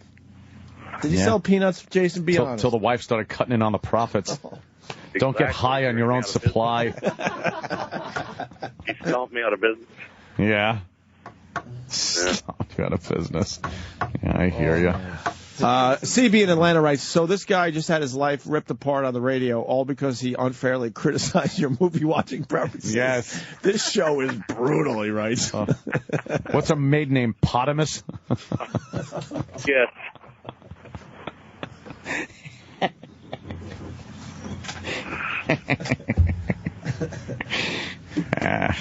Had it, though.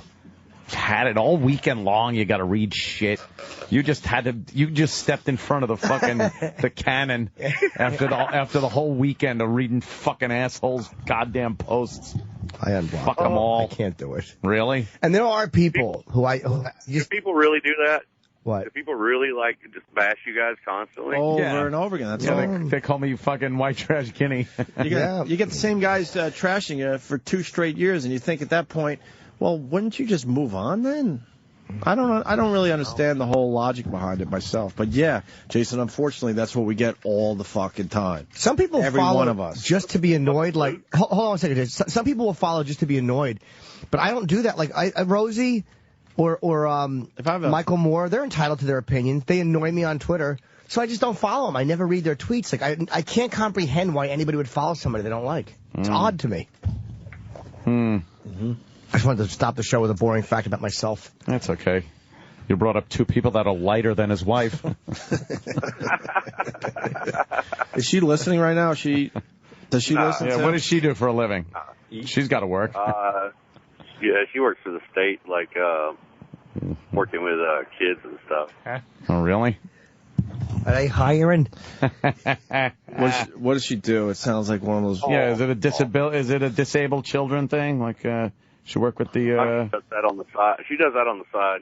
Oh my God! She's a good person. A lot of side there. She's doing one of those jobs no one else would want to do. See, we have a bunch of pill junkies down here, and they just have to take their kids away constantly and stuff. So that's what she does. Oh, really? They take their kids away, and she raises them? No. She works for the agency. She goes in and investigates their house. Oh, okay. The real white trash. Well, so she's She's pulling kids out of troubled homes and trailer parks. Yeah. Oh my God, Ann. She's fucking trying to. I don't care. Help out kids. Yeah, if you're so strapped financially, why don't you stop fucking eating so much? Well, You like your sausage? Your sausages? We gotta play that. Hold on a second. Hold on. Let me say hi to Nick in Oklahoma. Nick. Hey, Nick. Yeah, good morning, guys. Afternoon. Wow, I'm out of my friggin' mind. Opie, I just can't friggin' stand it when you say the bullshit about real listeners.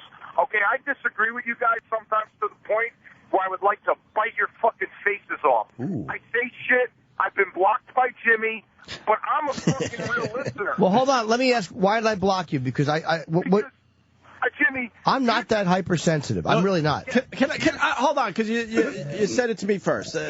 What I mean by real listeners, you certainly could have an opinion about the show. There are people that do not like this radio show anymore, but refuse to stop listening. That's what I mean by that, sir. Of course, you don't have to agree with everything we say and do on this show. But there are people that this show has passed them by years ago, but they refuse to move on to something new themselves.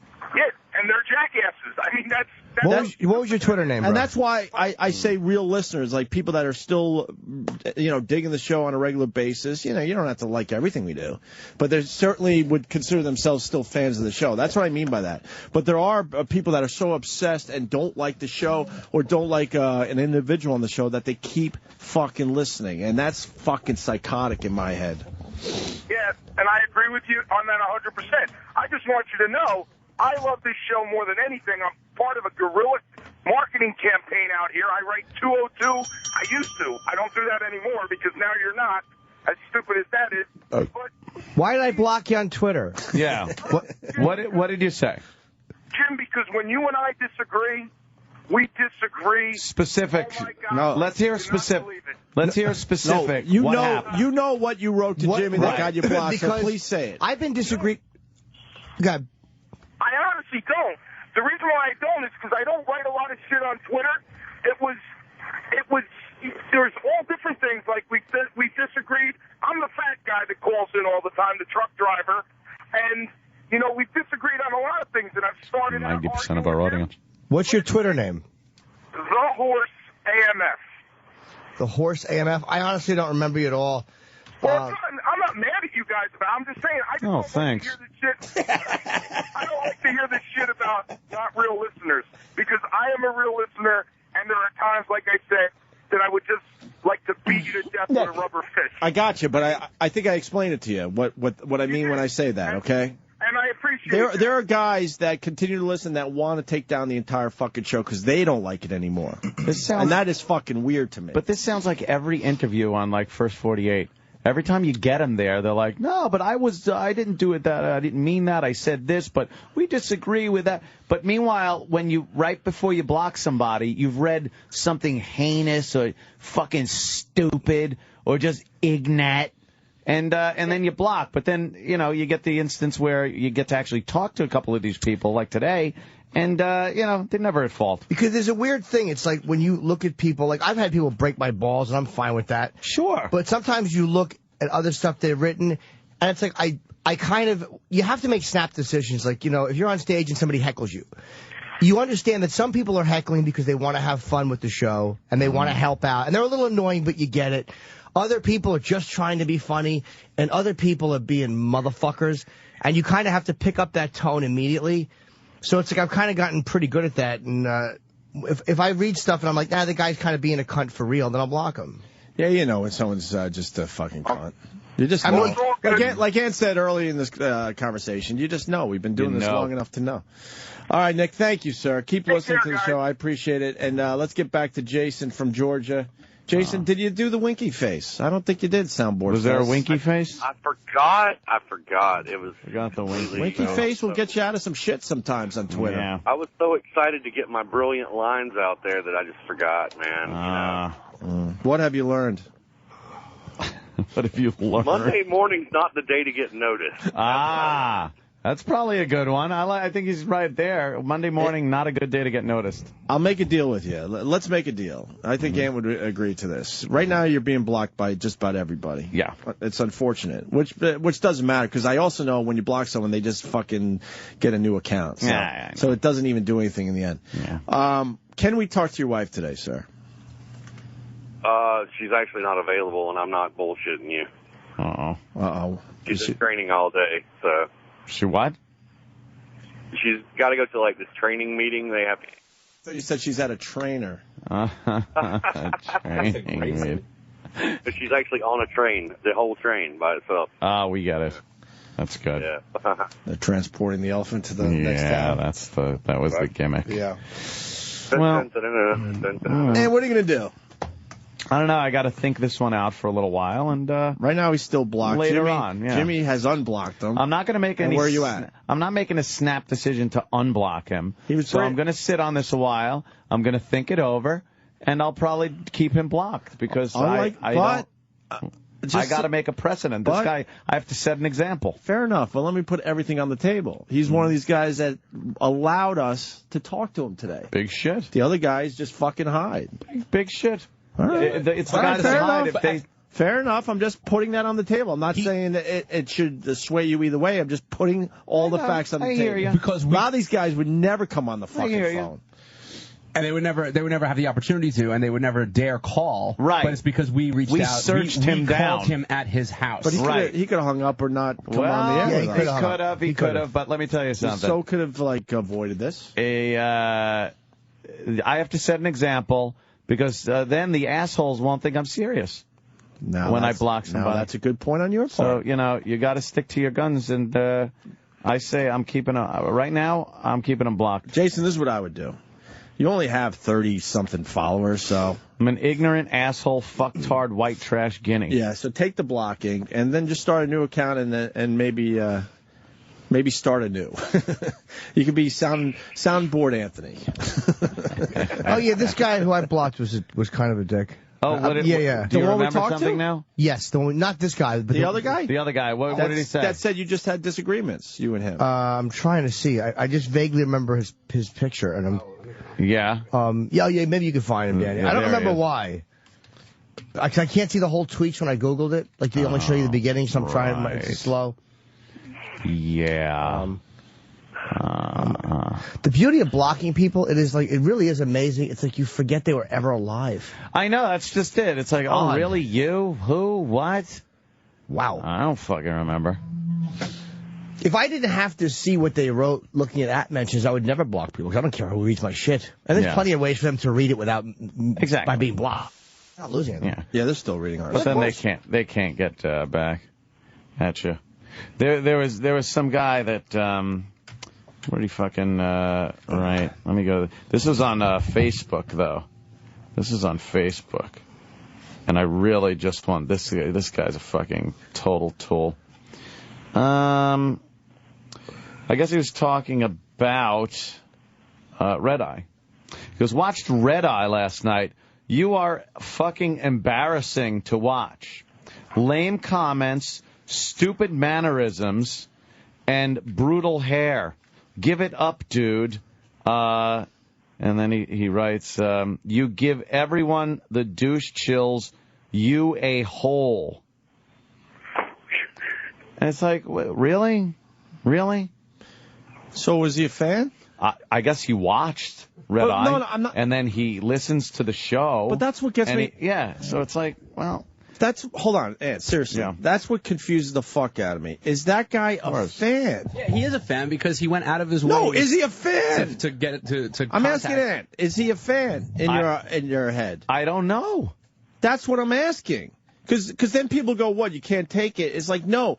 What is confusing the fuck out of us is people that say they're fans, but then they want to be able to, like, just completely trash your livelihood. I just wrote him back in a separate message that said, sorry, I'm not your type, faggot.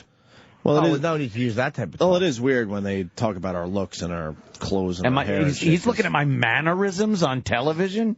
What's the matter? I didn't fucking gesticulate properly for you? Is that a guy a fan, or is he a fan of another show and he's trying to do, you know what I mean? Yeah, it's hard to tell sometimes. Radio wars. That's my question. Is a guy like that a fan? Would he say he's a fan of yours? No. Is he a fan of the show? I don't know. I don't know if he's a fan of the show, but he's definitely not a fan of mine. But he would probably say he is? He doesn't like me. Oh, but he was probably one of these guys, if you saw him out somewhere in an appearance or something, he'd come up, hey, man, Can I get a picture? That's why I'm asking the question. Backstabbers. Backstabbers. That's what's so fucking confusing. Yeah. You know, I get the people that don't like me, but then to say you're a fan on top of it is weird. I don't know. It's just a weird thing you deal with when you're in this what they call business of show. Yeah, of show. The business of show. People get very upset when they disagree, whether it's politically or whatever. And I guess I'm the same way. I just talk about it for a living, so I get it out. Like if I was listening to somebody and disagreeing with them politically all the time, like how would I handle it? Would I tweet? I don't know, because I'm not in that position. I can come on the air and talk about it. Maybe I would tweet them. Maybe I don't know. It's easy to say I wouldn't, because I can come here and fucking blast it. You know, like Michael Moore said something. Al Roker I tweeted one time, but it wasn't, I don't follow, he just said something, so I wanted to see if he was going to, it was about the chick who got convicted of, who accused the guys of rape. Right. I forget what it was. If you're going to have different opinions, and of course, occasionally you're going to tweet someone or something, that's fine. But it's the obsessive thing. It's like, okay, you made your point. You don't like me or the show or someone else on the show.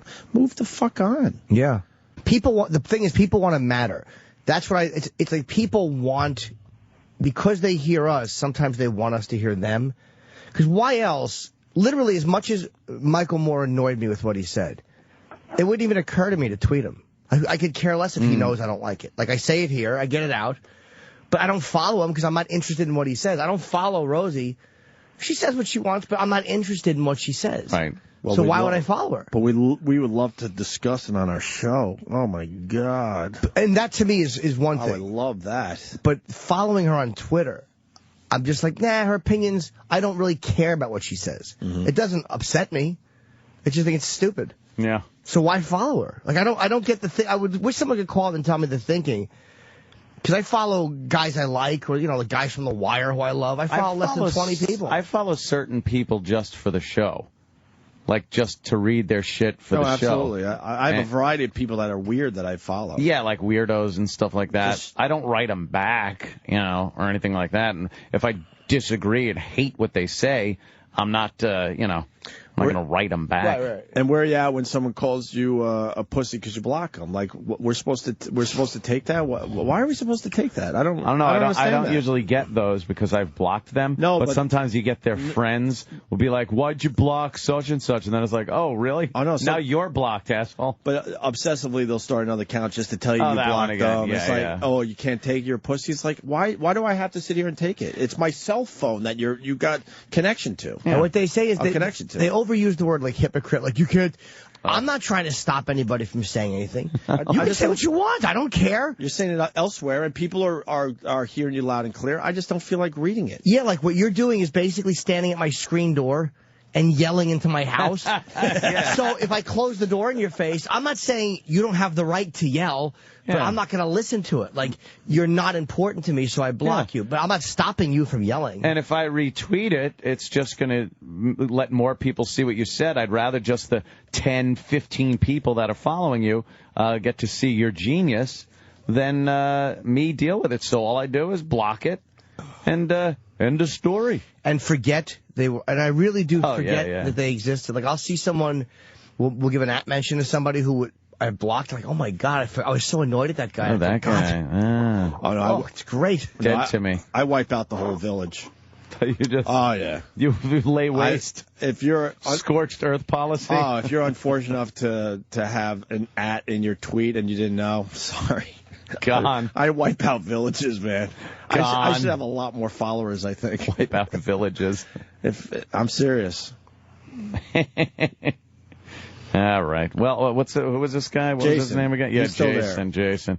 Still here? Come on, the guy stayed on for a while. I think we got. Yeah, please. It doesn't make that much. His phone bill's going to be crazy or something. All right, Jason. Enough to contend with. Ant's good with you. He unblocked you, which is... No, I didn't. Oh, you did? I unblocked him. I felt bad. Jimmy did. Maybe after a few more hilarious fucking bits that you put on Twitter. Someone just tweeted me that Nick is a piece of shit that has called the show many times to trash you. Fuck him. Yeah, I think he's like that loud trucker that called. He's like one of those guys that's used to just being listened to. Because he's loud. And you could tell when he was talking over you just before. Yeah, and it's like, hey, man, the bottom line is You're obviously interested in what I say. I'm not interested in what you say. I'm sorry that that's the way it is. I apologize. All right. Thank you, Jake. I don't think, and if you become Soundboard uninterested in fans. what I say and never hear me again, it will not have 1 ounce of value to me. The weird part about that last half hour, I guarantee Soundboard Fez just got more followers. Oh, he did. He had to have, right? It's impossible not. You could tell to get somebody, more hey, followers." don't fucking follow him. Don't do this, don't do that. But guaranteed, he's got more followers. And we didn't get anything accomplished. No. Frank in Manhattan. He's got 56 followers now. He had 38 or something. He just fucking went up almost 100%. Almost. 80-something. Well, what are you gonna, Frank, what do you got, buddy? Hey, good morning, guys. Hey, I'm a fan. I've been listening for 11 years, and I understand you not liking the haters. I understand you not wanting to be abused and annoyed Get to the butt through part. your phones. But what I don't understand is the show used to be about busting balls, and you don't seem to tolerate that anymore. Do you understand the difference between busting balls and being fucking, like, literally being fucking nasty? When I go off on somebody, I don't expect them to ever listen to the show again. I think, oh, my God, that motherfucker insulted me or my wife or something, and because they usually did something. And I don't expect them to ever listen. So when somebody's being just nasty and stupid and fucked to me, then, yeah, I'll block them. And it's always been that way. It's never been about if someone busts my balls and I know they're just busting my balls. Dude, that happens fucking hundreds of times a day on Twitter. I could punch up shit that I think's very funny or stuff that doesn't even come off as funny, but I could tell it's sarcastic or something or that they're being goofy with me. But I know when it's just nastiness, and then fuck you. I'm not fucking following. You just made a great point. When you go after someone to trash them, you don't expect them to ever listen No, again. don't listen to me now. I You're not fucking sitting trashed there, you. But you're not sitting there going, oh, you should be able to take that. Yeah. And, make sure you listen tomorrow. Oh, why can't you take it? Oh, you left? Yeah, I fucking left. And when you beat up a listener like you did, you expect them never to listen again. do the same thing. And the difference, by the way, is 10 years ago, the only contact you could have with the show is by very calling good, yeah. in or the occasional, occasional message board. But even with message boards, context gets lost sometimes because you're writing it.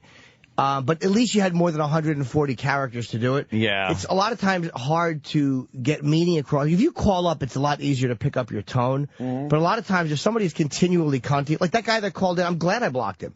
Because now that somebody wrote that, I'm like, oh, yeah, he has called in and trashed. Yeah. I mean, he doesn't seem to care. I mean, he's fine with it. Whatever. And good. Yeah. But I could take, dude, hold on. I could take my balls being busted. But you do pick up on tone. So when that guy says to me on the Twitter, guy just went, yeah, he's called up to motherfuck you before. I picked up his tone correctly in Twitter. Like, I didn't listen to a guy joking and breaking my balls and go, hey, fuck you, you made a joke about me. Right. The guy was a cunt, and I picked up on the fact that he was a cunt, and I blocked him accordingly. So he wasn't just breaking balls. And that you made the point that I was wanting to make is I think in email and Twitter and Facebook and all this social networking horse shit, the tone is lost. Because how many times do people get misunderstood in personal emails, in business emails? Sure. And I think a lot of people were trying to bust balls. Hey, Opie, you blocked me when I was busting your balls last year when you were tweeting from the Outer Banks. Because you obviously misunderstood when I was just busting balls. What's your and name? You blocked me. Are you still blocked? Oh, yeah. What's your name? My Twitter name is Frankie Mitts. Frankie Mitts, M-I-T-T-S? Frankie Mitts, all one word, M-I-T-T-S. And this isn't a call just to get unblocked. Whatever, you blocked me, that's fair. M-I-T-T-S? What was the final straw that made him block you? Yeah, you probably... I think it was you were putting up videos, and I said something like, and totally just busting balls, how famous do you need to be? And I think that pissed you off, and you blocked me. Yeah, what do you mean by that? So you can look at other tweets, too. That was over a year ago. I can't remember. No, that meant you're bothered that I do stuff outside the show. Why are you bothered if I do stuff outside the show? No. Wasn't bothered at all. I love how the people beat me up for my videos and stuff when it's just extra. Like, it has nothing to do with the radio show that you guys pay for. I decided on my own to do some extra shit, and they have a problem with it. It's like, then don't watch my videos. That's my point. I didn't have a problem. I follow you on YouTube. I watch all your videos. I think they're hilarious. Look, if I get fame for my videos, absolutely, that'd be awesome. But I make videos on the side because I really like doing it. It's like a hobby to me. I love doing it. So you know, when you say, "Oh, how famous do you need to be?" That's not why I do that. If in the end I get, you know, some notoriety out of it, great, but I just love doing it. And you can, by the way, by reading other people's other tweets, do you know how many people tweet me and go, "You meaty-titted idiot, you stink, you zilch"? Like, I get that all the fucking time, and there's times I'll laugh out loud thinking of how the fans and I communicate, and all of us communicate. Like, it just makes me laugh. Like, this would drive anybody else nuts. Like, if you tweeted Ashton Kutcher, or whoever it was, that said, like, "You suck, you meaty-titted idiot," like, they would be offended by it. It actually makes me laugh. So I can take having my balls broken. I'll always look at other tweets. And if you see a pattern like, that guy's kind of being a cunt, then you block him. I'm a fan of A+K now. Are you really? Yeah. Because he retweeted me once. Oh, yeah? Yeah, I said, okay, that's all it takes. Fair enough. I've never read his Twitter. I'm a fan of his. His tweets are and awful. people like, you're really, yeah. He retweeted one of my things. It got me, I don't know, a couple hundred followers in one day that I would have never got. So I'm like, okay, he's a friend of mine now. Oh, his tweets are terrible. They don't offend me. They're just boring. Frankie, I don't take this shit seriously in the end, to be honest with you, so I just unblocked you. Fuck it. Whatever. That wasn't the point. I was just calling to ask the question. Whatever. Maybe I'm sure I blocked people that probably didn't deserve to be blocked. So I'll start with you. I unblocked you. The guy with 2 followers just goes, "Boo-hoo, crybaby." Blocked. All right, guys. Thanks for taking the call. All right, Frank. Frank from Manhattan. I like when you block someone and then you go back to the page and they just disappear, like they never existed. Whoosh. Well, you know, I don't know, man. Let me go to Tom in Jersey. Tommy, welcome aboard. Tom. Rob in Jersey, correct? All right, Rob. What's up, buddy? Yeah, there's actually there was a study done in Cambridge about Who's this bitch? Who is this motherfucker? It's called Haters Gonna Hateritis. Wow. What's that mean?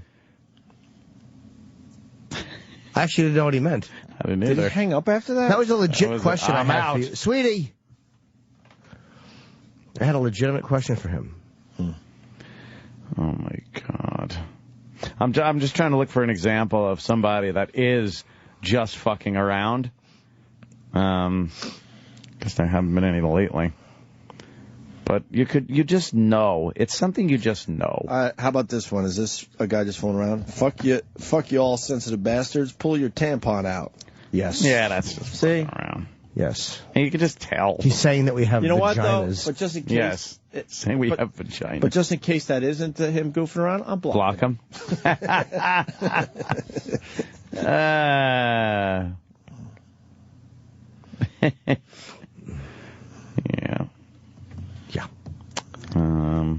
Yeah, it's hard to find, but I never understood wanting, like, I like to get retweeted, but people that actually write and go, "Could you retweet me?" It's like, this guy can never ask for a retweet. Blocked by Ant, and I never once tweeted him. That's taking out the village. That must have been a taking out of the village. Blocked by Ant, and I never tweeted him? I'm telling you, sometimes you got to take out the village. You probably took out the village that day. You're probably a friend of somebody that was blocked and asked not to be blocked. I have a question for you, Ant. Someone tweeted and said he wants to know, while you guys are on the subject, can you ask Anthony why he blocked me listening since NEW? Now, if you're listening since NEW, doesn't mean that you're not saying cunty things.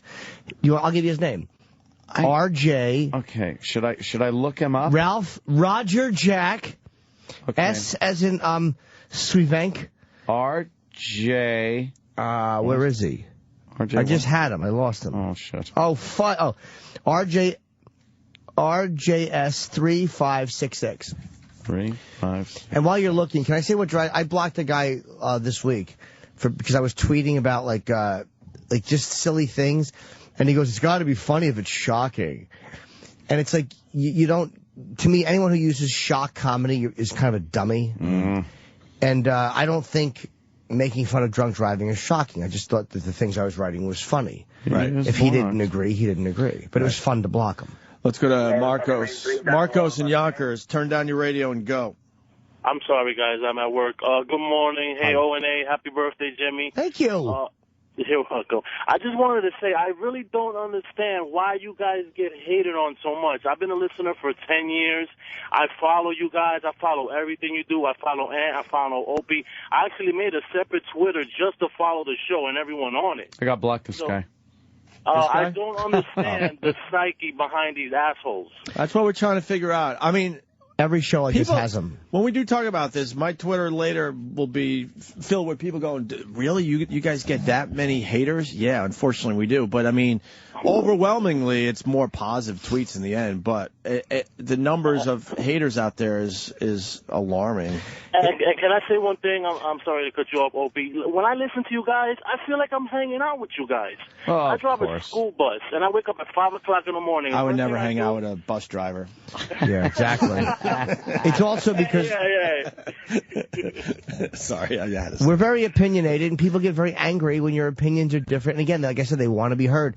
That's why they become haters. I don't know what motivates people to listen if they don't like it. That is confusing to me. I've never listened to a show I didn't like, ever. I don't watch things that annoy me. Like, I don't need to. There's enough things that will incidentally make me angry. I don't need to seek out things that upset me.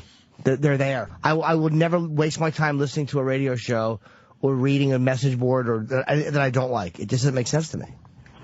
Yeah, all right, guys. Have a good day. Okay. They're out there, Marcos. Yeah, but every show has them. I'm sure every show where there's guys, Rush Limbaugh has them, Mike Savage. I mean, any of these guys who talk, nope, have them. They don't have them. I'm trying to figure out what this guy did. Can't find any of his. Hot.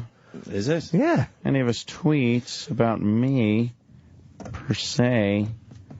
So I don't know what the. All right, can we take the dealio is? Take a break, or you can continue. I got. No. We I'll pee too. Take a break. Look at this bitch. Sure. All right, man. I don't know what that.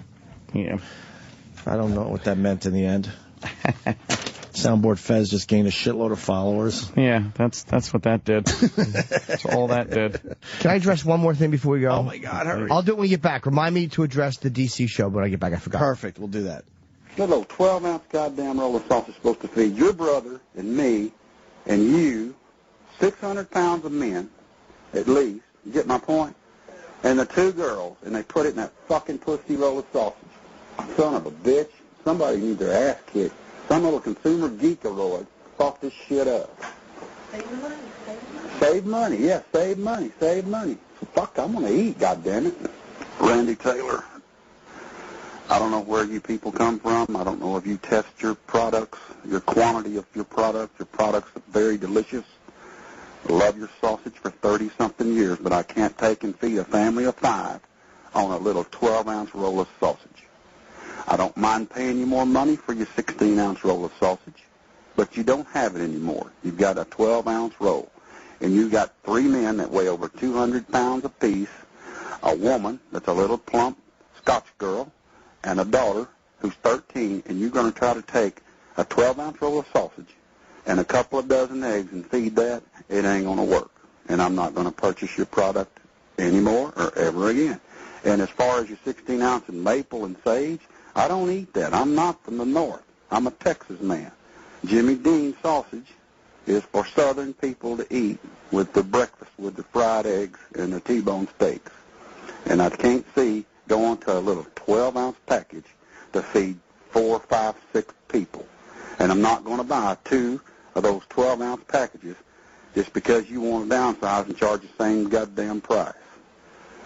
I'd sure like a reply, and I'd sure like you to go back to your 16-ounce package on your regular sausage, because I'm not going to buy it otherwise ever again. I'll just have my own damn sausage made like I used to 30-something years ago. It's not tasty as yours is, but it'll work. Goodbye. Sirius XM, the virus. Thanks for calling the Opie and Anthony FU line. Here's the latest batch of FUs. Fuck you! A big fuck you to me. I go out get the fat surgery so I can get married, have some kids. Now my wife turned into a fat bitch, and I got 2 cunt fucking kids. And by the way, fuck you, God, for not stopping my heart. Fuck you. Fuck you. Yeah, that fuse going out to Osama bin Laden. You're dead. Fuck you. Fuck you. Yes, I'd like to give a big fuck you to the person who caused me to get banned, and to the person, to the same person, he also ratted me out. Fuck you. Fuck you. Yeah, I want to give a big fuck you to the guy that calls in talking about not smoking in certain places. Ow, my lungs hurt from your cigarette smoke. How about you fucking grow a pair of balls, fucking pussy, and take some goddamn smoke in your lungs? Fuck you. Fuck you. Yeah, I'd like to give a big F you to Sam and your fucking cackling laugh during the After O&A Live, which, by the way, is the worst fucking show ever. After O&A Live. What the fuck? I gotta sit in there and listen to you cackling. I can't stand it. Fuck you! I want to give a big, gigantic, huge fuck you to Panic Attacks. Every time I try and go somewhere, you gotta fuck with me. Get them gone, get rid of them. Fuck you, Panic Attacks. Fuck you! Hello, yeah. I'd like to say I'm very sorry to everybody, to the staff, to Opie, to Anthony, to Jim Norton. Forgive me. Can we start clean, please? Fuck you! Hello. This is a Sirius XM satellite calling from space. I would like to send a fuck you for changing the channel lineup. Now I need to reconfigure my database. Processing. Database reconfigured. Loading goodbye message. Goodbye. Fuck you! Call the Opie and Anthony FU line. 866-FU, line 1. That's 866-FU, line 1. Sirius XM, the virus. You're listening to Opie and Anthony. We just missed it. Space Shuttle Endeavour has taken off. Booster separation. So far, so good, right? Well, yeah, the boosters are separating. You from can the see it main now. fuel There's tank. the solids. They're separating. You can see it from the onboard camera. You can see the solids. Look at them as they're pulling away from Is that the Endeavour. parachute? Relatively now, The onboard Endeavour guidance is system safe. has done its job moving of into selling orbit out on any its own dispersions. 3 They engines. voices from all over. Why is everyone talking at the same time? Solid The rocket orbiters now traveling falling 3,200 away. miles per hour, downrange 50 miles, altitude 37 Still miles. have the main fuel tank. Space Shuttle Endeavour now. This is what a crazy person Jimmy's gay. NBC space correspondent That was Jay Jimmy that Barbary, said thank that. you very much for telling us what we are seeing. This is, of course, the 164th. Oh, shut up. And we'll stay with you, obviously, throughout the morning. Thank you so much. That does it for us for now. Stay tuned for Willie Gunn, who's filling in on the Daily Rundown. Failure, however, all 3 to fair winds on its final the exit tank, looking down the external on the top tank, there continues to power its way down to miles per hour, downrange 90 miles per altitude, 90 miles, 3 minutes, 15 seconds into the flight. Main fuel tank should be separating shortly.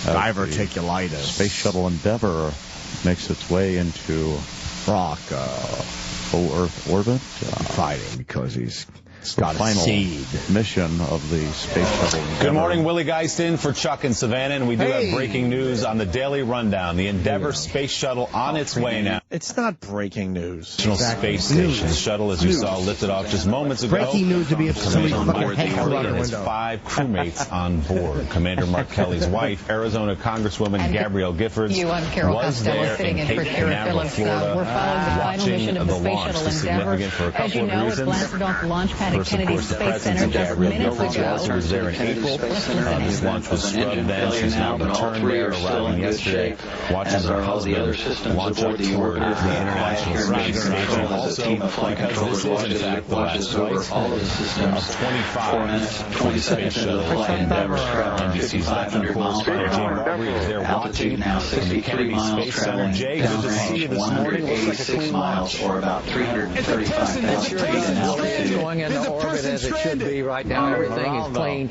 And you're talking about this is the 106.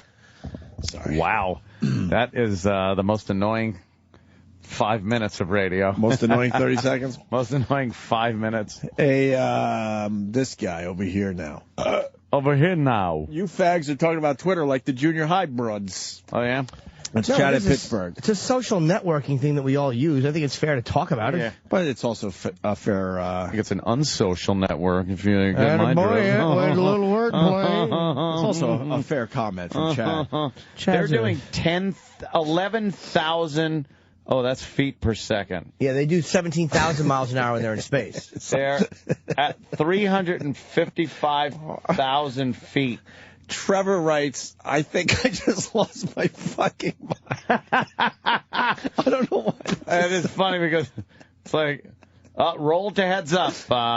Shuttle, you have go for roll. You can see to the heads curvature up. of the Earth behind us. When it reaches orbit, this fuel tank will separate, of course, from the shuttle, and it'll go on into orbit, and then the tank itself will tumble back through space and burn up in the atmosphere over the Indian Ocean. There it goes. So, anyway, everything is on schedule. You can see it happening right now as they're turning. This is rotating. You see the shadow going across the bottom of the space shuttle itself.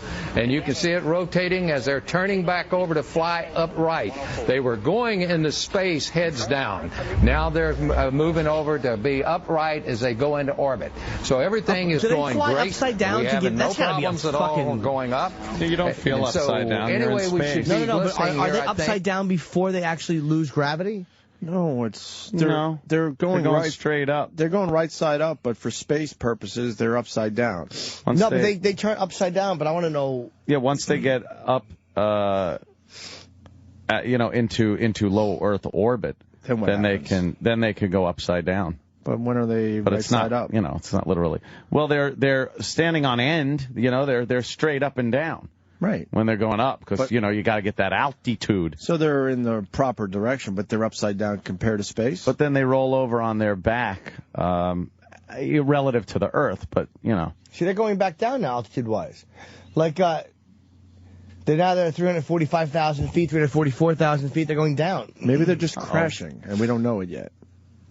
Oh, look, it says ridiculous, ain't it? The view we're looking at right now is, like, under the fuel tank. Yeah. Doesn't it look like you could actually hold on there and just be fucking taking the ride? I wonder. Sometimes when I'm trying to sleep, like when I'm dozing off. Hilarious. Sometimes when I'm dozing off, I'll wonder what would happen if I was like strapped to the outside of that rocket in the beginning when it takes off. Yeah. How long until you were dead? Like how long through the takeoff until you died? Wow. I think. And let's just say the weather would kill you. As you got up higher, how long if they like say they tied you to the fucking thing on they put you on a little platform and they sat you like Indian style, so it's not like your whole body was longwise being crushed by the pressure, and they sat you and they strapped you to the fucking side, and you went straight up and you had a spacesuit on. How long until you were dead? Oh, a spacesuit though. Okay. Say without one though. Without one? First. I think once the speed gets up to a certain, first of all, the altitude would kill you. But before that, I think the speed would just keep you... your ability to breathe would be impaired, I believe. Look at this. What the fuck? What's that shit coming off of it? Look at that green shit. Oh. It's all these gases. Wow, what is that? Gases. Exhaust gases. They're in fucking space. How high are they now? Now they got the shitty fucking Dow foot and the stupid the fucking the ticker that nobody reads. Nobody reads the fucking tickers. What are you, a ticker lover? There it goes. When you watch those fucking... Oh, there it goes. It's separating from the fuel tank. Yeah, you can't see on CNN because there's a corner. That's amazing, isn't it? And the angle we're seeing is from the fuel tank that's falling. Yeah, there's a camera on the fuel tank. Wow, you can actually see the shuttle above it. That's a great angle. That's pretty fucking cool, man. And all those fucking gases are... Yeah, it's the little retro rockets and things that steer it away from the... Is that what's coming off tank. it? Yeah, little gases. That was cool. Gases work weird in the vacuum of space. I don't understand why fucking space... What is a vacuum? Like, I don't get it. There's nothing there. No, it's just nothing. But how come air rushes out? Like, if you open the space shuttle door, your fucking air goes. Because it's a vacuum. It's like, there's nothing there. It's pressurized. The shuttle is pressurized with air. and pressure like we have on Earth. It's like a plane. It gets so thin, and it reaches a point where there's actually nothing. So it just sucks it right out. I got a question, Ant. Yeah. If the world's going to end May 21st, yeah, do these guys survive if they're up in space? Oh, yeah. I think they wouldn't have anywhere to go, though. So where would they go? What the fuck was that? There's shit shooting past the fuel tank. Wow, look at those they're showing a close-up of the bottom of the fucking rockets. Holy God. Yeah, when those things light. And they're just shaking. The crazy power. You ever see the fucking flight deck area when they're taking off? How bad they're fucking shaking around. Are they shaking? They are being pummeled. But those guys are using instruments. Like, how many G's of G-force is that? 4. Is it? You might be right. It's about 4. I think it's a little more. 4.5 to 5, maybe. On launch like that, I would say they're probably hitting 6. 6 fucking G's? I would say 6. And they're actually, you have to be able to use, these are delicate, these are spaceship fucking instruments. This isn't a drive neutral issue. So 9 G's would knock you out. Why is it that they're shaking, all the equipment's shaking like that, but if you drop your fucking cell phone, it doesn't work anymore? That's bullshit. It's bullshit. It is bullshit. That's bullshit. When would you die, you think? What do you mean? I feel like I'm in pretty good shape. We all think we're kind You're of in great shape. Thanks, Jim. What, if you get in there, you mean? If you took off in the shuttle? I would fucking die of a heart attack, I think. You think? With that shaking and shit? Oh, this is showing them you prepared for it, pre-launch though. and then launch? Simulators you go through. How are you prepared for this? Let me see it first. There's been some old motherfuckers that have gone up in there. Yeah, you get used to it, dude. Yeah. It says Space Shuttle cockpit during launch with internal comments. Can you pause this for a second and go down the graph? Who dislikes a video like this? we dealt with Twitter. They hit dislike. We dealt with Twitter. Can we now deal with YouTube? Yeah. Go back up. There are 19 people that dislike cockpit. Cockpits. God damn it.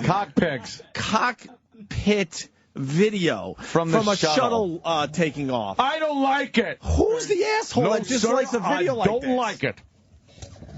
Yeah, if there's a duty video you dislike it, I get it, but I don't. Who's the asshole that dislikes a video like this? Go ahead, sorry. Yeah, show some of that fucking launch video. Look at them. They're bouncing around like crazy. Not as much as I thought they would. Wait, they're actually sitting. That's a smooth launch. Oh. How come they're just sitting in the middle of the thing? And why is that guy not turning his head to work that knob? What are they supposed to be doing? Standing, Jim? No, but weren't they laid flat on their back? Like, I thought that they were like laying on their backs facing up. Oh, they actually are. If you yeah. Oh, they're it's been looking out turned. the windshield, yeah. Oh, okay. So they are on their backs. Yeah. Wow. And I got another question for you. It is shaking. Yeah. We're learning from Ant today. When I'm on a bed flight, yeah, I just close my eyes, yeah, and try to go to a place. And make believe you're on a bus. Are they allowed to do that, or no? Or do they have to be doing stuff? There's some people that don't have to do anything during the launch. So if they're freaked out, you think they could close their eyes and just make believe something else is going on? Yeah, I would think so. Okay. Yeah, like, the person that works the fucking robot arm. Yeah. They ain't got to do anything. Okay. One of the dumb scientists, they could just sit there and fucking make believe they're on a bus. Someone said the heat would kill us in the takeoff. How hot is it? On the outside. outside. You're strapped to the engine. No, we know that, but I mean inside, does it get hot? I don't know. I think the outside gets pretty cold, to tell you the truth. True. No, but if you fell, I've thought like if I fell off and I had a parachute, but the thing that would burn you up would be the fucking rocket emissions. Yeah, I think the rocket. Are you allowed to open up you. one of those little windows because you're feeling a little car sick? Yeah, the fly window on the side. Remember the fly window? These guys are doomed if they got to puke. Oh, right in the helmet. Blech. That would suck. I'm sure it's happened. Smelling your puke for the whole trip. Yeah. I forgot. I want to see the real angle of that, though, where they're on their backs. What's but they're pretty holding cool, fucking I'm sorry. They're holding notebooks. Like, they're going over charts. Checklists and stuff and things. The cool thing is, once they're done with all this bullshit, they could take those spacesuits off and just walk around in like fucking regular kind of NASA clothes. They don't need the heavy spacesuits on. I was watching this thing I bought on my iPad about Hubble. I don't know if they show it at the Museum, Smithsonian or whatever, the Museum of Natural History, but it was, they were talking about fixing the Hubble telescope, and they were showing, like, footage of the astronauts fixing the Hubble. Yeah. It's fucking amazing. There's one point where they couldn't get one of the doors open to get to this delicate equipment, so they're like, just break it off. Just bust it. They wasted hours, and they just couldn't do it, so they broke it off. Just bust it off. Who gives a shit? Yeah, you want to think everything is all very delicate and everything, but it's just like any other job. We can't get it off. Just kick it. Were you going to say hunky-dory there? Hunky-dory. Were you? Be honest. Yeah. I usually say hunky-dory at times. I like saying hunky-dory. I like, whatever. 21st. My point, yes. I was going to say, why are we still doing it the same way they did it when I was in college? Yeah. Well, they're looking for different ways. I think that's why the shuttle's being retired, but we have nothing to replace it. That's what. No, we got to go up now with the commies, with the ex-commies. That makes sense. Got to go up in a fucking Soyuz rocket on a Soyuz. We don't even have our own fucking rocket anymore. The United States of America has no way to get to a space station that we pretty much paid for. What a load of shit. This fucking place. Why? Yeah, I don't know. Unless you're working on something right now that's ready to fucking go. I mean, there's no way to get shit up there. We got to fucking tag a hitch a ride with the goddamn Russians. Do you think it's embarrassing? Do you think that this could potentially be a good thing for the space program in the sense that now it's going to force the United States to privatize space travel? So I think that's what people are hoping for, but it's so far off. It's like you're giving up until people come up with a better idea, and it's the infancy of civilian space program. It's the infancy. You look at the Virgin Atlantic guy. Yeah, he's got one of those, and he's going to start, taking people up for a couple of $100,000 a pop.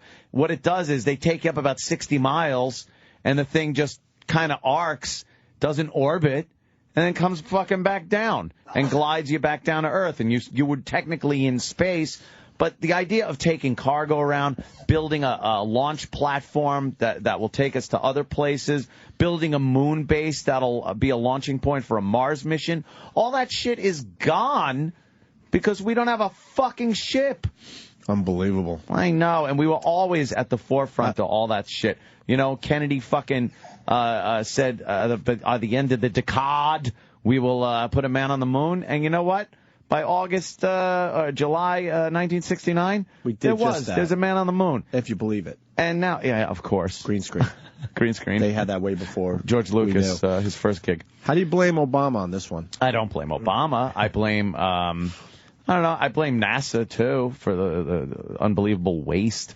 And I think the couple of shuttle disasters kind of put a kibosh on a few things as far as funding goes. Funding itself gets cut by, and I will say, by a lot of Democrats. But yeah, I mean, we've just that passion to conquer space and look for something new is gone. And when people say it's a waste of money, I always say that a lot of shit we use today came out of the space program. A lot of industry, a lot of things we use every day, jobs came out of it because we were able to invent things that we needed for space that were able to be put in the civilian world. And how could you say it's a waste when you can now see like sunsets on Mars and stuff? Exactly. You see that one recently? Was it Mars or another planet? It's like Venus or something. Was it Venus with the sunset? Mars, they had a great sunset. That was beautiful, wasn't it? Titan. Fucking moon. One of the moons is Saturn. They got a fucking picture up from the ground. That's it looks right. amazing. See, I took one with my camera. No, you didn't. Yeah, you did. I did. Couple like bikini teenies, some beach chairs, and checked out a sunset on Mars. Who wouldn't want to do that? Mars. Yeah, so we wouldn't be fucking, if it wasn't for the space program, we'd probably be out of a gig. Guys, they'd be sending this signal up to nothing. Is that Mars? It Yeah. was Mars. How fucked up is that? Sun was so far away. Sun's lil. You think it's far away? It's very little out there on Mars. Yeah, it's a little small. I got a quick clip from the Celebrity Apprentice to completely change gears. Ooh, wait a minute. We got a big guest coming in a few minutes. Eric Stone Street. Wow. That sounds like a Fred Flintstone name. Yes, it is. You know, like Rock Quarry. It is. I am Rock Quarry. Name. He's one of the stars of Modern Family, a show that none of us watch. So, should be a good interview. It's a huge show, though. Yeah, I know. That's why we're having him in. But how do we interview a guy that we don't even watch the show? I still, Oh, yeah, okay. How do we do that? I'm serious. I haven't seen one episode of Modern Family. I don't even know what the show is. I love how we're bringing this to the show finally, because this is our dilemma. This is how we fucking do a lot of times behind the scenes. Well, he plays a gay guy on the show. It's a huge show, but none of us have seen the show. He's a heterosexual, plays a gay guy, and he wanted Emmy. Okay, is he a gay guy? No, he's straight. He's supposedly straight. His co-star, though, that plays his husband, is a real gay guy. Dude, if you were going to play gay, wouldn't you want to do it with another straight guy? I don't know, would you? That's kind of a loaded question. But you're an actor. Right. Yes. Let me put myself in the place. You're an actor. Let's walk through this. Mr. Faversham, I will not suck that cock, not suck that Perfect. cock. And Modern Family says perfect. You got the role. Right. As a gay guy. Yeah. But you're straight. Yeah. But your co-host, who you're supposed to be married to or whatever in the show, is gay. Yeah. Wouldn't you rather play gay with another straight guy? See, why? That's why the answer's perfect. No. My question was perfect. Okay, it's a good question, but before I even answer it, why would you think it's better to be with a straight guy? Because I think the gay guy is not really acting, so you're getting the real gay. How about you have to do a role with a chick that you don't find attractive at all, but you have to do like a love scene with her, and you're kind of like, what if the gay guy doesn't find you attractive, and it's just an acting gig for him? Gay guys find every guy as long attractive. as you got a cock, you're in. They can't control their gayness. All right. So they find everyone attractive. I didn't know about the couldn't control the gayness. Would it be okay? You're an actor. You got to take on these roles, man. It's happened to the best of them. Would you rather kiss another straight guy or a gay guy? But what makes you more like gay? A guy kissing a guy that's a little femmy, or kissing a man's man that's just a man? Because you justify it by saying, okay, we're just acting. But in his head, he's not acting too much if he's kissing a guy. Forget about him. Forget about his viewpoint of the whole thing. Think about yourself. No. I'm asking you. But that's what I'm doing. Listen. Okay, go ahead. Forget about the gay guy's point of view that he wants your dick, right? And he's not acting. Right. Let's say, for the sake of argument, you're right. He's kind of like digging this. The idea, you read the script, there's a kiss, you're like, all right, I got to kiss this guy. Now, what you're saying is it worse that the guy's gay or the guy would be straight? Now, if the guy's a little femmy and gay, does that make you feel better because he's a little bit girly and femmy, or would you rather kiss a regular man's man guy? I'd rather kiss a straight guy. Would you rather kiss the straight guy? I'm thinking the gay guy. That's twink. You would rather kiss the gay guy? I'm thinking because he's because he's closer to a girl. Can you stop recording this, please? Because he's closer to a chick. Yes. Than a real man. You would rather kiss a gay guy than a straight guy? Well, because he's closer to being a girl than the man's man guy. Jimmy? I have to agree with Ant because I think... You'd rather kiss a gay guy? It depends. A feminine gay guy than a fucking masculine gay guy. Right. It's got to be a twink. Let's just get it out. A tranny. No, but it's a weird question. Are you guys fucking with me? No. You'd rather kiss a gay guy if you were an actor. A straight guy feels more like a man. A straight guy would be a man. Yeah, a gay guy is sort of like a fucking hairy woman. So you wouldn't mind that he's enjoying this kiss? You wouldn't mind that he's enjoying the kiss a little too much? Well, that would kind of... Holy shit. That would kind of be like a girl. There's no way I'm alone on this one. A guy would be, you would enjoy the kiss. A gay guy for a role before you would kiss a straight guy. That's playing gay. Right? Well, straight guy. No, it's... You're a Modern Family guy. Right. You're the straight guy Straight in guy. this gay relationship on the show. Rather have the gay guy as the co-star. No way. Really? Sure. But you're kissing a man's man. Yeah, You're you want to kissing kiss another Tom guy. Selleck. But I know because he's a man's man, he's just acting like I am. Who cares? The bottom line is you're fucking making out. You might as well get your dick hard. I mean, let's be honest. Why do you have to throw out the baby with the bathwater? You might as well have someone that's maybe enjoying it and that is a little femmy. Yeah. But there's a chance you might have the ninja. Well, that's a different story now. Now you're going a whole different story. I think you're fucking with me. No, I'm just saying it would be more Anthony like Cumia, actor, would rather kiss a gay guy than a straight guy. Closer to a girl than it is a guy. Very little closer, but at least it's a little closer to a girl. I'm alone on this?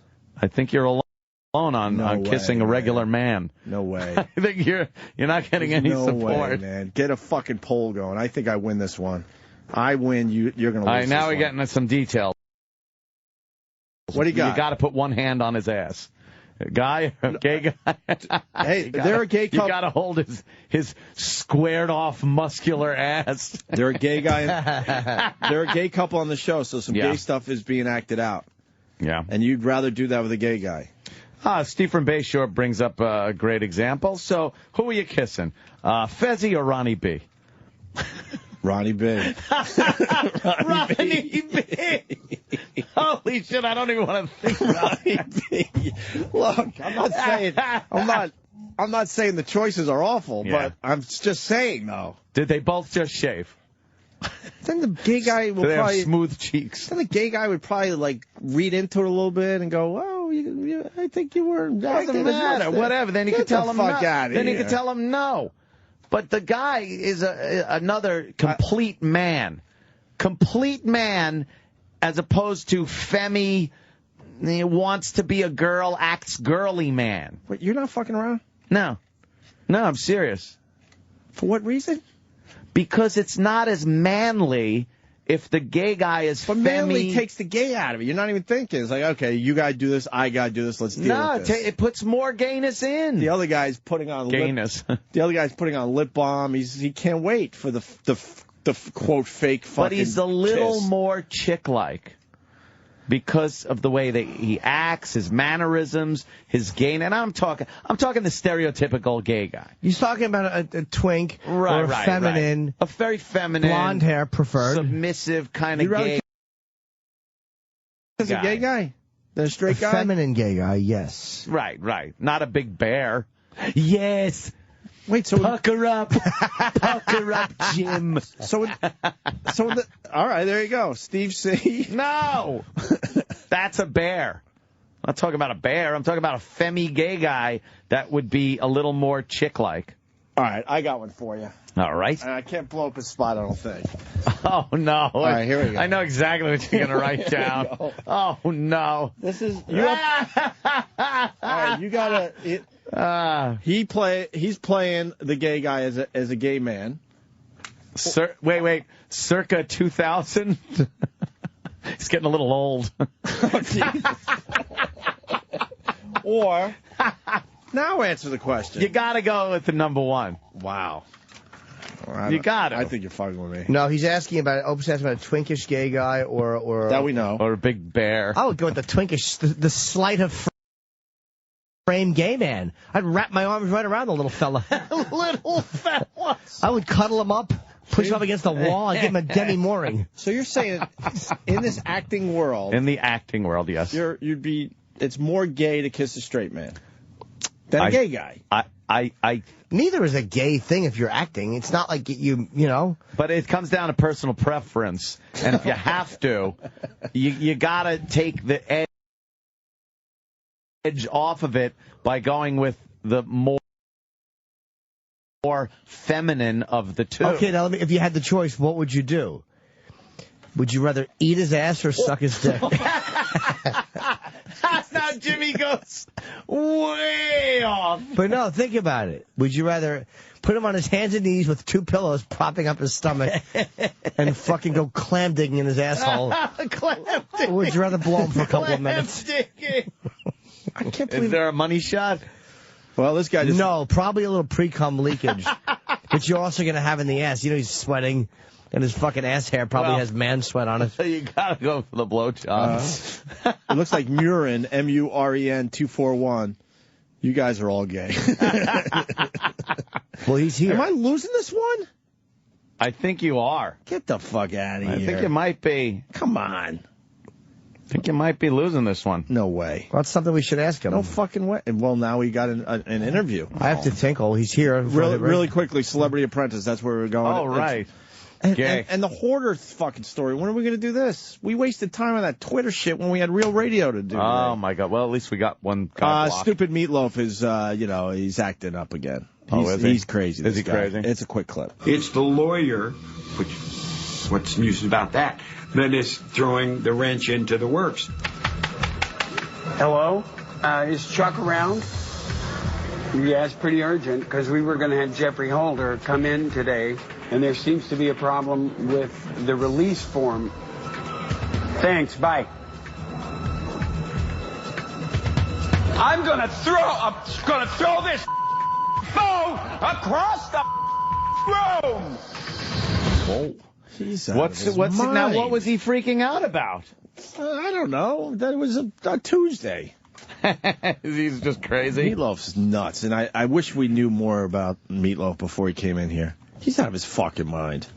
Well, we kind of got him a little bit. A little crazy. You guys see the documentary that was on MSG. I talk about it a lot. On Meatloaf? It's totally worth seeing, because he's fucking nuts. People are throwing up in their mouths. Are they? That was a very gay. Can we ask this guy this, or is he going to be insulted? How would he be insulted? He plays a gig. I don't think he'd be. It's a very fair question. He's a straight guy. Straight guy. Yeah. It's an interesting question. And if you're straight, wouldn't you want the whole world to know that? Because most people that just tune in Modern Family would probably just assume he's gay. For $60,000 a week or whatever they make, I don't care what they think. I'd fuck a small bird. Yeah. Yeah. The large one. So you're saying it's more gay to kiss I'm confused. Why would Dr. Steve say we have plenty to talk to this guy about? Just Google Sofia Vergara. Wow. No. What? I know that name. How do you know that name? She's on the show with She's him. fucking she's on the show with him. Oh, yeah, okay. Holy mackerel. Yeah, she's on this show. Oh, yeah, I'm looking at the pictures. Jesus. Good God. There's a lot of... But would you kiss that? Well, it's a girl. That's all woman right there. Yeah, it is. Where wouldn't you kiss her? There's not many places, no. I'd kiss her feet after she stepped in dog shit. There are some girls you could look at that just go, I would fucking, like, it wouldn't matter where you put your tongue. Yeah.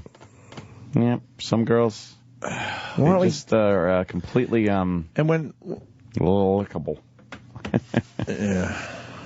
Yeah. All right, we got a break. Yeah, I got to pee real quick. Let's get in. Go wee-wee. When we get back, Eric Stone Street, one of the stars of Modern Family. Stay there. Sirius XM. Follow the Opie and Anthony Show on Facebook. Facebook.com/Opie and Anthony. This is the Opie and Anthony Show.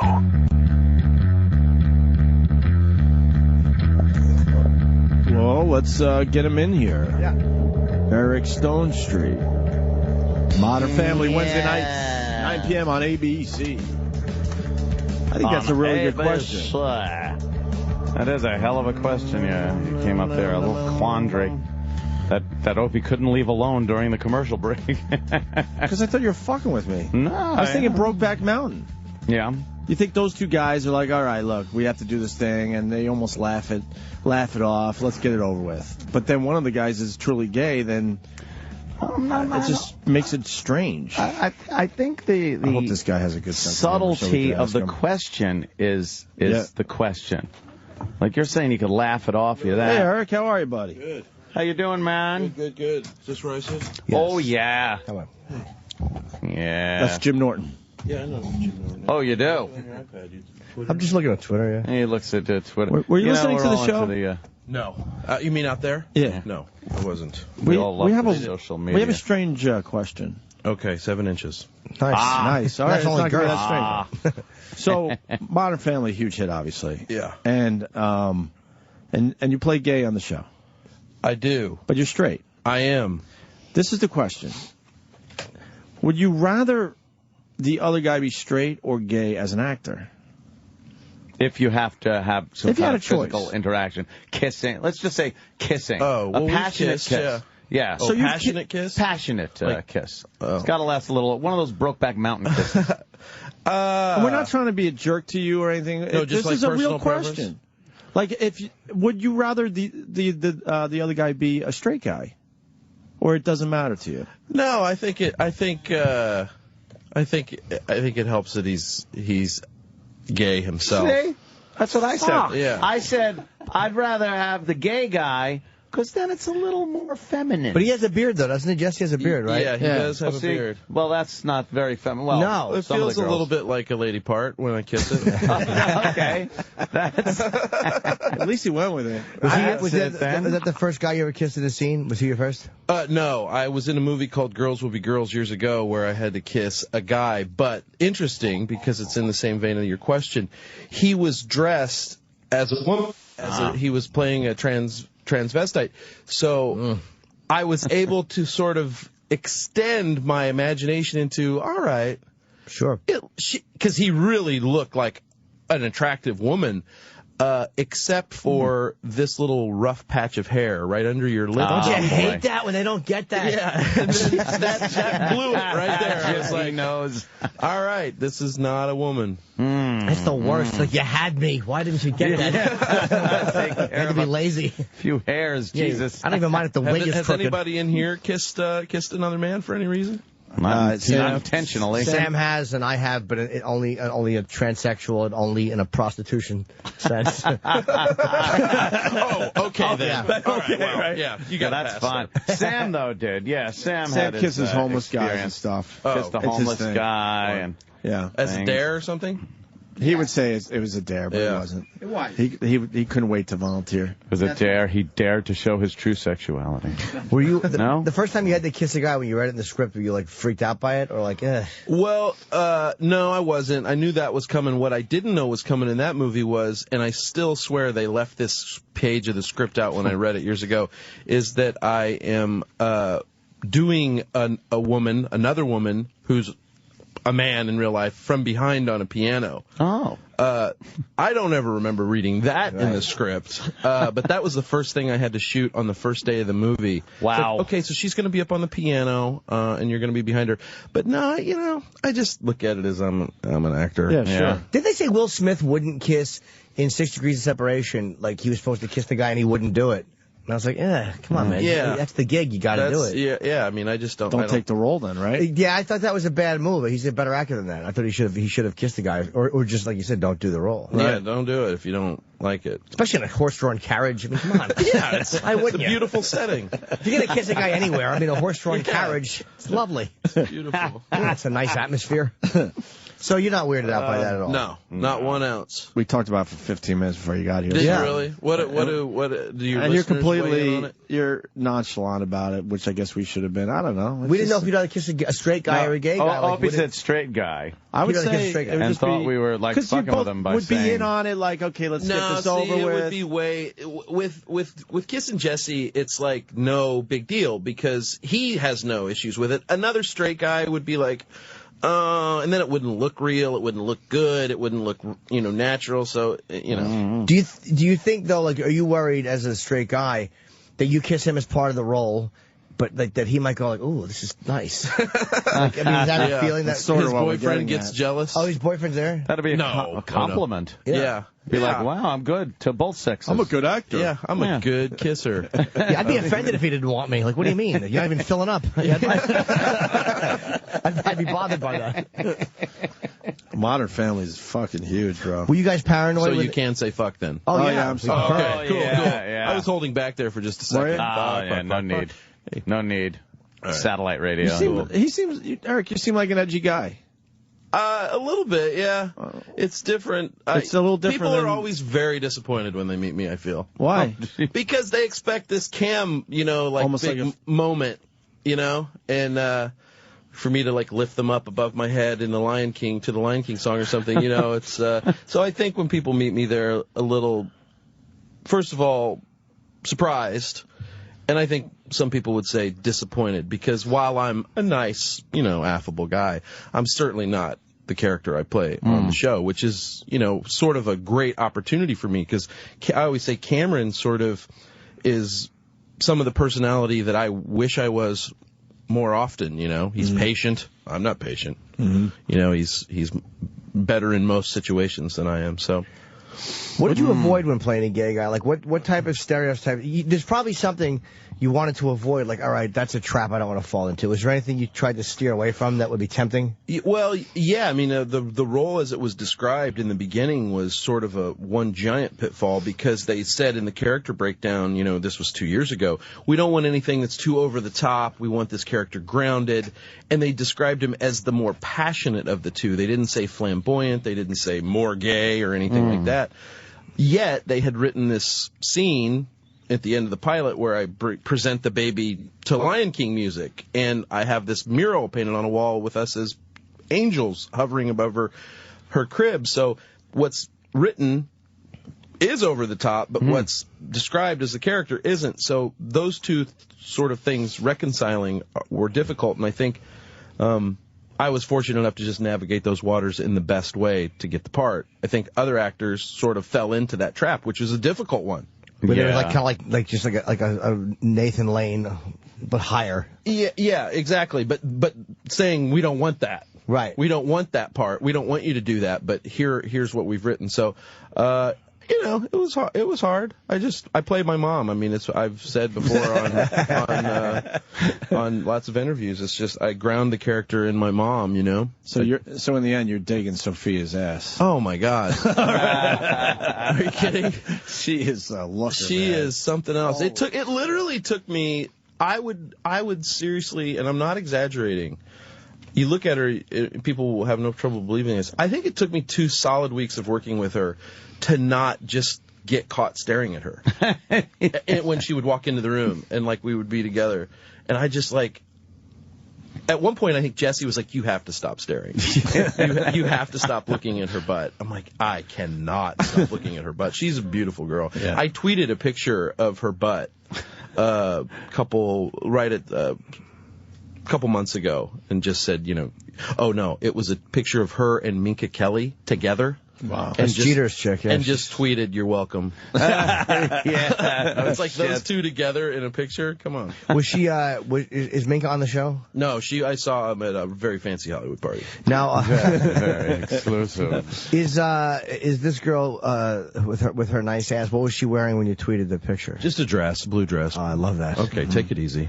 Right. All right. I love settle down. I like that. Prefer that to jeans. I like a cloth. Yeah. Clingy cloth. Yeah. But a little clingy. We have a very good situation over there on Modern Family, because we have Julie Bowen, who is beautiful and awesome and sexy. And I always tell people, when you meet Julie in person, her girl factor just goes through the roof, because she's the type of girl that you can talk to about anything, and she'll tell you the straight facts of whatever you ask her. So she's her hotness goes way up when you meet her. And then we have Sofia Vergara, who's just a classic hot chick. Yeah. That's the picture over there, huh? There it is. Wow. Boy, you're good. Even eating a burrito, you can find that. Oh, yeah. Danny's the man when it comes to finding stuff like that on the internet. Yeah. Anything you need, you go to Danny. That's just depressed. That just makes me sad. Yeah. Why does it make you sad? Because it's literally like seeing a Rolls Royce and another car of that ilk, which I can't think of, and you're just sitting there in a Saturn with a rod. Yeah. Feeling like with a pair of jumper cables. Yeah. Hoping a guy will drive by to start your engine. Yeah, that's pretty great. Oh my God, yeah. And how great is Ed O'Neill? God, he's amazing. Funny ass dude. Funny guy, great guy, TV, bona fide icon, man. Yep, absolutely. Just bona fide. You go to work with a guy like that every day. It's a pleasure, I just saw him in an old movie. He just popped up out of nowhere. He was in a movie called Dutch. Yeah, I remember the one called Dutch. But, this was even before that. God, I wish I could remember what. No. Oh, yeah, it was Dogs of War. He had a small little part in it. Yeah, that's the one with Christopher Walken. Oh, yeah. A mercenary and goes to Africa for that revolution. And Ed O'Neill plays the guy that couldn't go with them. So he's like this mechanic just going, hey, I got to stay home. I can't go anywhere. And, look at Danny pulls it up again. Yeah. But that was, that's going back 1980 years ago. That was 1980, that movie. But I saw it, I was like, yeah, damn. He's a really underrated, and I say underrated, but he is an underrated actor. People don't give him sort of the due that because when I watched it, I just took for granted, like, so many people, he's kind of just like Al Bundy. Yeah. He's so not Al Bundy, and then he's not Jay Pritchett really either on our show. He's just a good actor.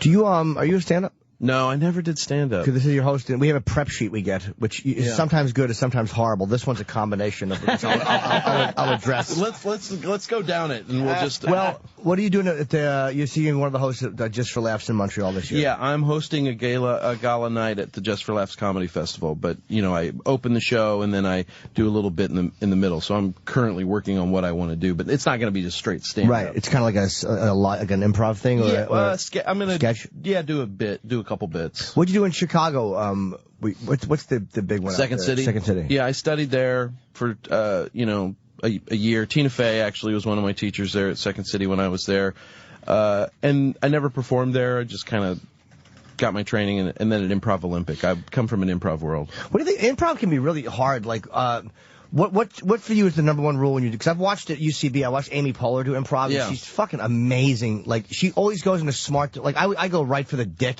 Like, improv is really hard to do. Good improv. Yeah, well, I think the thing you have to do is just listen. I mean, I think that's sort of why it's really great training for actors is because it.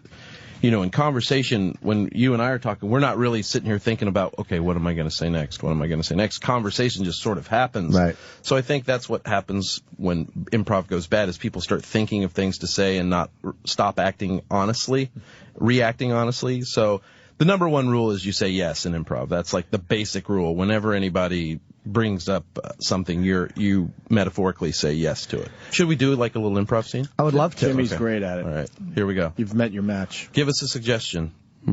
Just anything. Chefs. Chefs. Okay, cool. Sam. Okay. What? Can't we do trannies and have fun with this? No, chefs can be great. Keep it nice and real. See how long it takes me to get to Apocalypse Now and his head being thrown in Martin Sheen's lap. Not that, chef. Oh, okay. So, an improv scene, you always are looking for a strong initiation line that gives the two of us history of some kind. Okay, so do you want to start? Or do you want to? All right, here we go. Ever since high school, I've just hated chefs.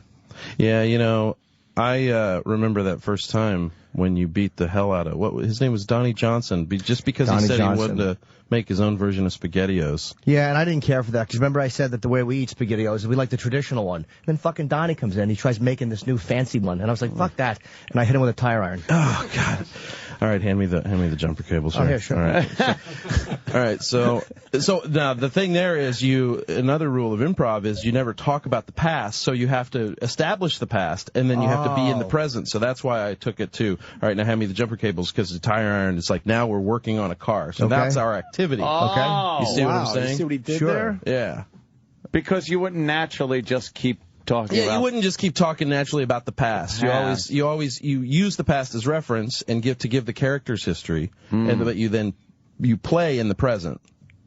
So how much past is allowable? Because in order to tell the story, because I do remember when Donnie did that, and I hated him before that. I didn't want to get into it because it was too much in the past. Now he had laughed at my genitals in the shower. It's well, but for the record, you have interesting genitals. Yeah. Oh, and we haven't named each other yet, so we have to know each other's name. But the past is sort of like in an improv scene, you're sort of like thing you can go to because every once in a while, once we set up our characters and who we are, then we can sort of start adding layers of things so that you brilliantly added in that first moment that you hit him with the tire iron. So now we know we don't really fuck with you. Like, you're a tough guy. So now we know that. So I would come under that. I would probably, in this scene, start to establish that I'm scared of you, I would start playing a status situation. So I would be like, yeah, that was good. Just hand me the jumper cables and we'll just get out of here safe and sound. And then he would pick up on that and then start to intimidate me. So now it would become an intimidation scene. Or I would say I'm nervous too, like we have to get out of here because we're above 110th Street. It is New York. And there's a lot of you-know-what's looking. What are you-know-whats? I'm not New York. No, I'm just making a joke about people you'd be scared of in New York. Oh.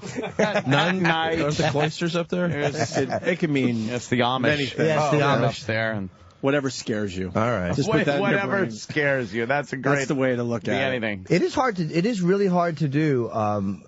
Improv and keep it going, and when they do it, when there's good, bad improv is unwatchable, awful. But good improv from people who really know how to, it's like, God, there is such a brilliance to good improv. But do you have scenarios in your head that you're just waiting to maybe bring out an improv? No, I always wondered about that with that Drew Carey show. Well, that's a different deal. That's short form improv, and they definitely have little go-to jokes that they, I'm sure, all know that work. And Godspeed, because that is a difficult deal, what they have to do on that stuff. But with long form improv, which is what he was talking about with Amy Poehler and Upright Citizens Brigade and I.O., is you really are trying to craft a 5-minute little scene of a 20-minute little improvised play.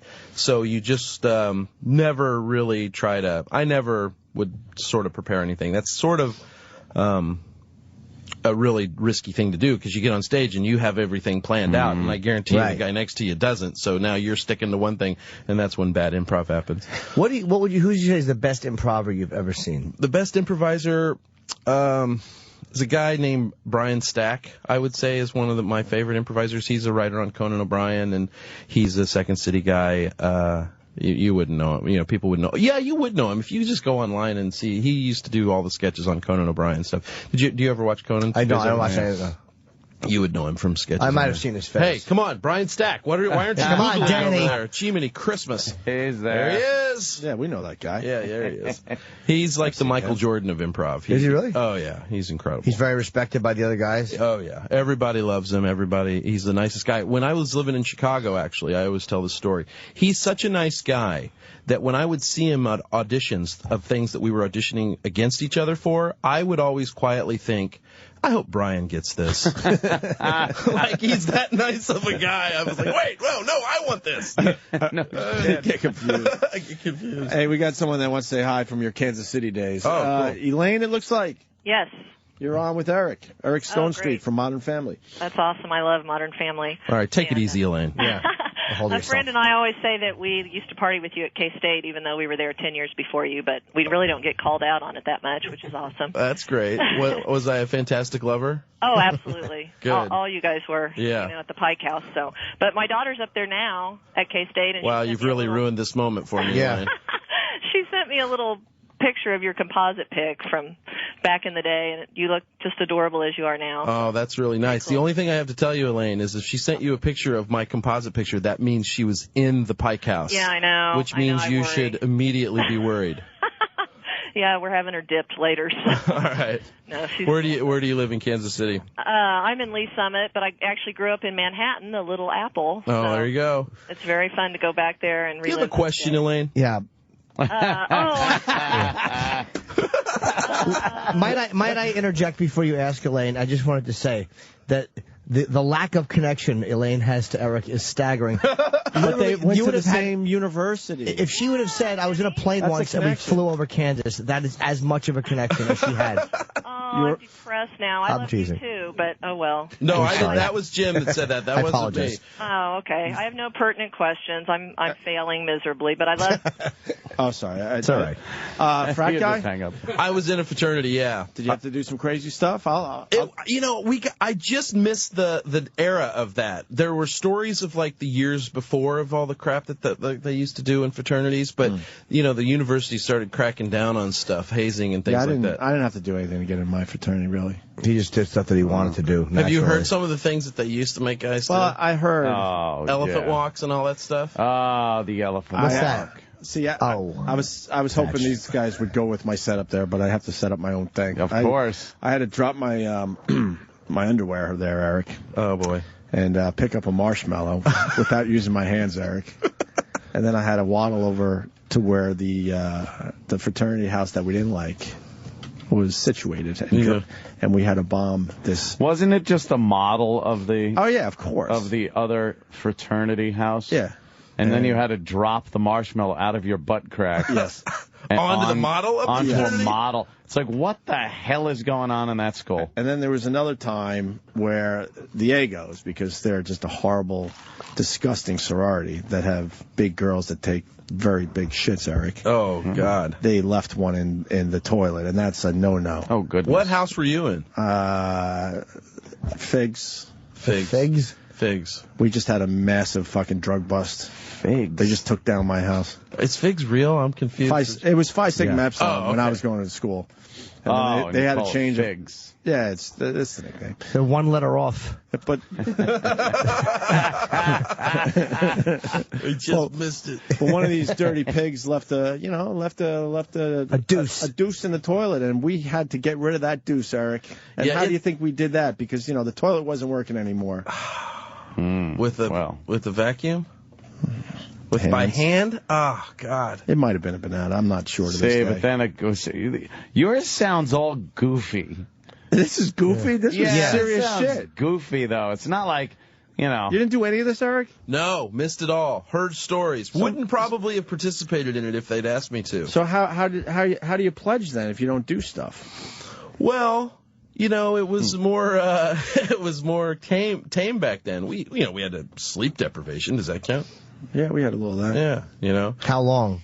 Oh God, 12 one hours. night one night I only got like 7. That one. Yeah. By the way, a couple more bang-up bits of information on the prep sheet.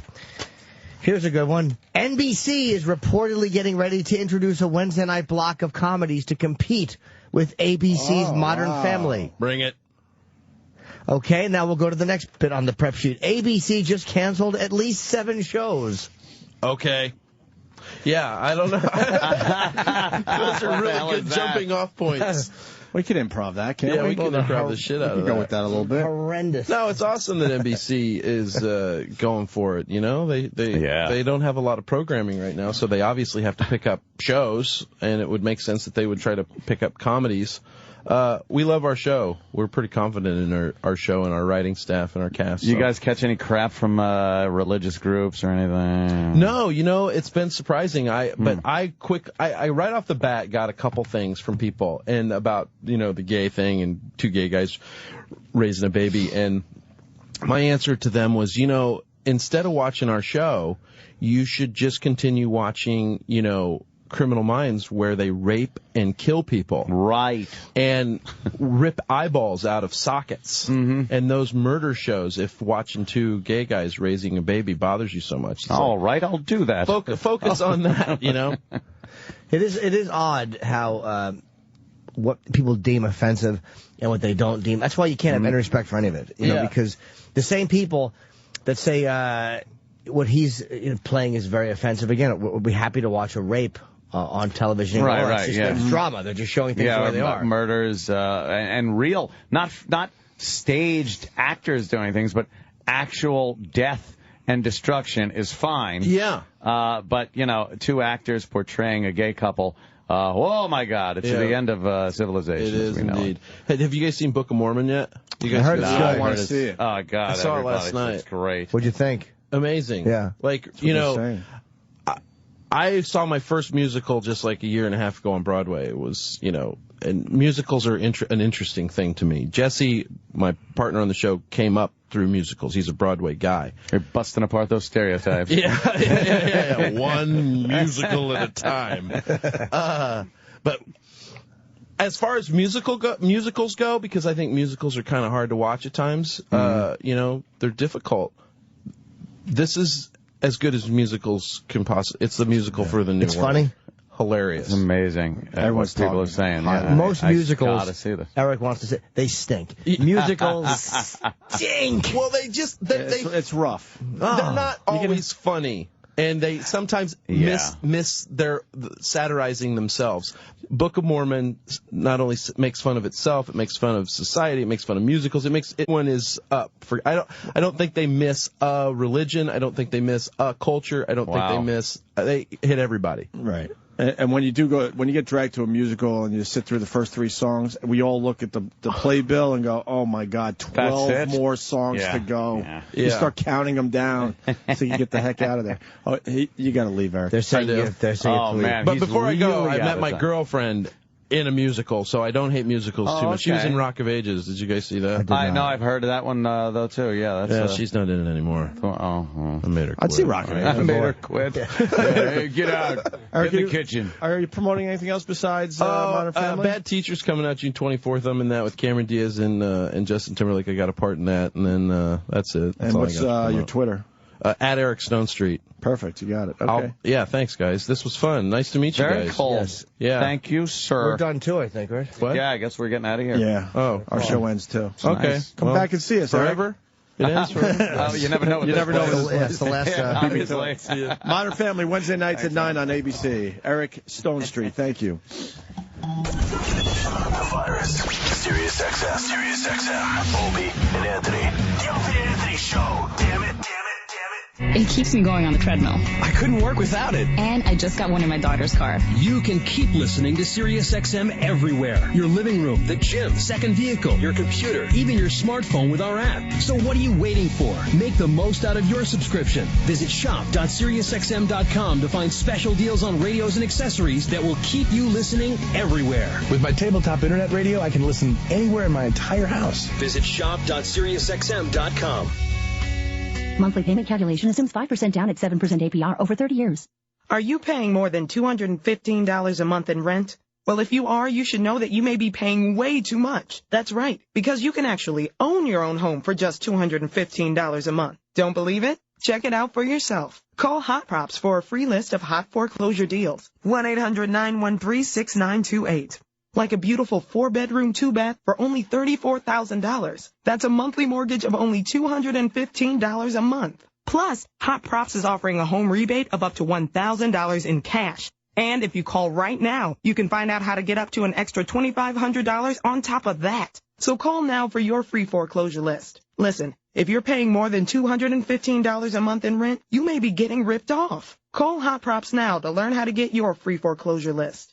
1-800-913-6928. That's 1-800-913-6928. 1-800-913-6928. Guys, are you ready to turn up the heat in the bedroom? Well, before you get her off, Adam and Eve wants to help you get half off. That's right. Go to adamandeve.com and for a limited time, get 50% off just about any item. Put your hands all over her with massage oils or lube, or take her pleasure to new heights with a wild new toy. On top of that, when you grab that one item at 50% off, you'll also get 6 free adult DVDs for a little visual inspiration. Adam and Eve will even slide in a free extra gift so hot. They can't even mention it here. And the happy ending to it all? You get free shipping on your whole order. So before you get her off, get half off one item when you type DOLL for the offer code at checkout. When you do, you'll get 6 free DVDs, a free extra gift, and free shipping. Just use offer code DOLL. That's DOLL at adamandeve.com. Did you know that if you're a woman over 40, you need to work out at least an hour a day just to maintain your current weight?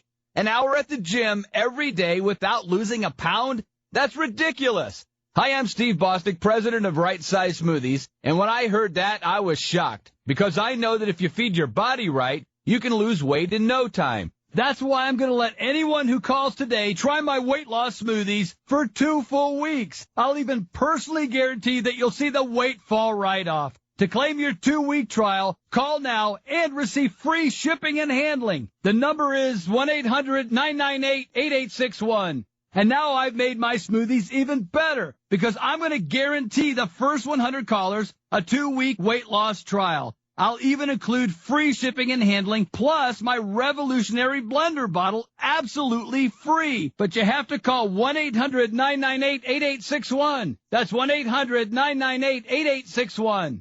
Does your furnace need repair? Your house need cleaning? Or maybe you're ready to update your kitchen? Big or small, whatever your home improvement need, log on to now.servicemagic.com. ServiceMagic is a free online resource with instant access to top-rated remodelers, maids, handymen, roofers, and many other home contractors. It's easy and it's free. Just go to now.servicemagic.com. Now.servicemagic.com. That's now.servicemagic.com. Opie and Anthony have left the building. But the O&A show continues. Sort of. After O&A Live is next on the Virus, Sirius XM. Recently on the Ron Fez Show. Because it's almost like, because of cartoons, we kind of think that animals have a personality. Oh, good, yeah. They do. Some are happier than others. Yeah, but we actually think that they communicate. That somehow a fucking mule and a bird become friends. I don't know. They're making sounds. Why can't they understand each other? Because they're stupid as shit. Ron and Fez, next at 11 a.m. Eastern on the Virus. Homeowners, are you struggling with your mortgage, behind on your payments, worried about foreclosure? We can help you avoid foreclosure with a loan modification program. We're loan mitigation experts and can work with your lender to stop foreclosure, reduce your payments, lower your interest rates, and perhaps even reduce your loan. We work with all lenders nationwide. With over 20 years of experience, we know what your lender needs to modify your loan. So give us a call and let's talk it over. It's time to make a fresh start and get back to a happy, comfortable life without worry. Don't let your lender take your home. Call us at 1-800-532-8099 right now and let one of our friendly counselors tell you how we can help you mitigate your mortgage and stop your lender from foreclosing. There's no pressure or obligation. So call now and let us tell you how we can give you the help you need to save your home. That's 1-800-532-8099. 1-800-532-8099. Call now. Rates, policy forms, and availability vary by state. Why spend more than you have to on your life insurance? Our free service can save you a fortune on your life insurance in just one short phone call. I'm Byron Udell, founder of AccuQuote. At AccuQuote, we monitor hundreds of top-rated life insurance products to find you the lowest prices. For example, a healthy 40-year-old can protect his family with $500,000 of 10-year level term for less than $21 a month. Rates for women are even lower. We even have term life policies that guarantee your money back even if you don't die. AccuQuote makes it easy to find the best values. Just call 800-913-2141. Since 1986, we've helped hundreds of thousands of people save a fortune on their life insurance. How much can you save? Just call AccuQuote at 800-913-2141. Call now for your free quote. 800-913-2141. That's 800-913-2141. Did you know that tap water in your home may be hazardous? Not to your health, but to your appliances and your wallet. Your home's hard water creates pipe-clogging limescale, and that can shorten the life of your water heater, ruin your dishwasher, and break down your washing machine. Limescale deposits block your appliance's heating element, costing you as much as $1,200 a year in energy and wear. But you can remove limescale without chemicals, magnets, or salts. It's easy with HydroCare, the patented device used worldwide. You simply clip HydroCare to your main water pipe. HydroCare removes and prevents limescale buildup in your entire plumbing system, guaranteed. If your home has hard water, extend the life of your appliances and lower your energy costs with HydroCare. Log on to softwater123.com. That's softwater123.com or call now for free information. 1-866-339-5533. 1-866-339-5533. No other carrier can outmatch Martin Transport for prestige, growth, stability, and career excellence. I'm Tim Norland, Director of Recruiting for Martin, and we have exciting news for professional drivers who want to be part of a truly impressive organization. Martin has outstanding OTR and regional opportunities available right now. To learn more about openings in your area, give us a call today at 888-239-5746. Martin Transport. Expect the best. The Virus, Sirius XM. And now, the Opie and Anthony Show continues. This is After O&A Live. Here's your host, Sam Roberts. That's what it is, After Opie and Anthony Live. I'm Sam Roberts. I just saw one of the funniest things we always talk about here on After O&A, the way when Opie and Anthony leave, every now and then there's someone from management waiting for them outside the studio to try to get a minute with them, and they never give it to them. Just now, our boss, one of our bosses, Rob Cross, who's been on this show before, as a matter of fact, was standing outside the studio. He's still standing out there talking to Roland. I wonder what they're talking about. I would love to know. Opie was leaving, and Rob Cross was standing outside the studio, obviously waiting for Opie. There'd be no other reason for him to be standing there. And Opie's in here, and Travis and me and Ant were in here, and Opie just says, "All right, bye, Ant. Travis, Sam, see you later." And then he opens the door, and he just looks at Rob Cross, and he goes, "Bye, Rob Cross." And he just starts walking as Rob Cross is going, wait, can I get a minute? Did you see it go down, Roland? Do I tell Rob? Now you know how I feel. Face! So today Rob Cross got the dick in the ass? Oh, yeah. He's like, "Hey, guys, do you mind?" And they just stared. I'm like, ah! We had Eric Stone Street on the show from... one of the biggest shows out there. It is. I mean, it's almost the biggest comedy out there. It is. They won all the Emmys and Golden Globes. He won an Emmy himself. Yeah, in the show. And right before he came... Rob Cross, I was just talking to Roland about Opie leaving and seeing you waiting outside the studio and then saying, "Goodbye, Rob Cross," and just walking. just taking off. Rob got the DIA. I got the 45 seconds I needed. You did. He actually... Did he stop and talk, or did you have to kind of walk with him? It was kind of like a rolling talk. It's a DIA. What's a DIA? Dick in the ass. Dick in the ass. Rob got the DIA, the dick in the ass. I get that sometimes. I was just talking to Roland about this, about Eric Stone Street coming on from Modern Family. You watch Modern Family? I don't watch it actively, but I know who the guy is. Well, I mean, you should be watching this. I should be. I should be watching a lot of things, but... Yeah. I'm behind in my viewing. Were you nervous when he's sitting in the green room, we'll call it green room, a.k.a. my office, because they don't give me a green room? Yes. You don't think that's fun? That's another DIA, huh? Oh, huge DIA. But I can't mention the person. Okay. So he's sitting in that office, and you're freaking out because you have to turn all the monitors down because they spent 20 minutes before he came in talking about kissing gay guys and then having sex with men. Oh, really? I didn't know that. No. Shit, why do you think I have everything off? Yeah, and you were sweating. You're still just wiping off the sweat now. You have no idea. How many interviews do they have that you sit there going, "Oh, my God, this could go so horribly. This could go so horribly." Every fucking interview. You've never... Why do you think I'm fat? Because I'm happy all the time? Fuck I that. thought you were jolly. My nervousness. You've never gone in with a guest thinking, "I know this is going to go well." Louis C.K. Boom. That's it. Bob Kelly. Just the comedian. Voss. Not even sure about Voss. No, I don't know about Voss. Voss, you just don't like him yourself. Yeah, he's an alright dude. I'm just sick of hearing about his documentary. Just release it or just bury it already. Jesus. I'm tired of it. Hey, I have Joan Rivers for an hour. So did some kid in NYU had it for 2 hours. Who cares? You are venomous today, Roland. I'm not. I'm just scared today. Why is that? I don't know. Were you pitching guests? No. Do we have, tomorrow's a big day. Yeah. Are we announcing that? Well, the one I'm waiting for full confirmation.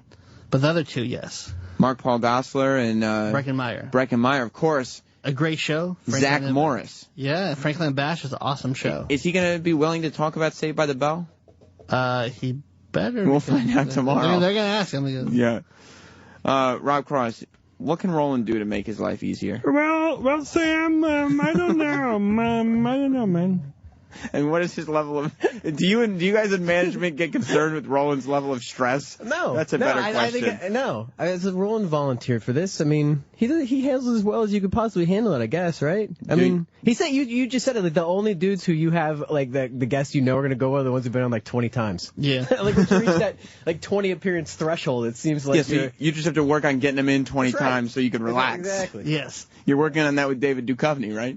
Oh, you bet your sweet ass. I'll be here this summer. Yes. We always love hearing from David Duchovny. E-Rock is back, too, by the way. I know, because my snacks on my desk are gone. Oh, E-Rock, how happy are you to be back? Oh, very. You're not even approaching the mic. He's got his feet up. He's got his mic away from his mouth.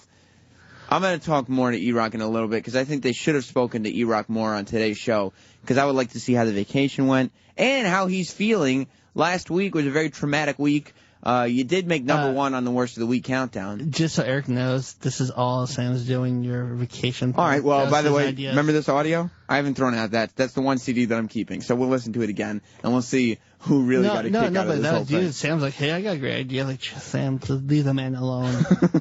Everyone is up for. I don't think they miss a religion. I don't think they miss a culture. I don't think they miss. They hit everybody. Right. And when you get dragged to a musical and you sit through the first 3 songs, we all look at the playbill and go, oh my God, 12 more songs to go. Yeah. You start counting them down so you get the heck out of there. Oh, you got to leave, Eric. They're saying Oh, man. But before I go, I met my girlfriend in a musical, so I don't hate musicals too much. She was in Rock of Ages. Did you guys see that? I know. I've heard of that one, though, too. Yeah, that's, she's not in it anymore. I made her quit. I'd see Rock of Ages. I made her quit. Hey, get out. Get in the kitchen. Are you promoting anything else besides Modern Family? Bad Teacher's coming out June 24th. I'm in that with Cameron Diaz and Justin Timberlake. I got a part in that, and then that's it. That's and what's your Twitter? At Eric Stone Street. Perfect, you got it. Okay. Yeah, thanks, guys. This was fun. Nice to meet you guys. Very cool. Yes. Yeah. Thank you, sir. We're done too, I think, right? What? Yeah, I guess we're getting out of here. Yeah. Oh, our show ends too. So okay. Nice. Come back and see us. Forever? Eric. It ends forever? You never know. You never know. It's the last. Obviously. Modern Family, Wednesday nights at 9 on ABC. Eric Stone Street, thank you. The virus. Sirius XM. Opie and Anthony.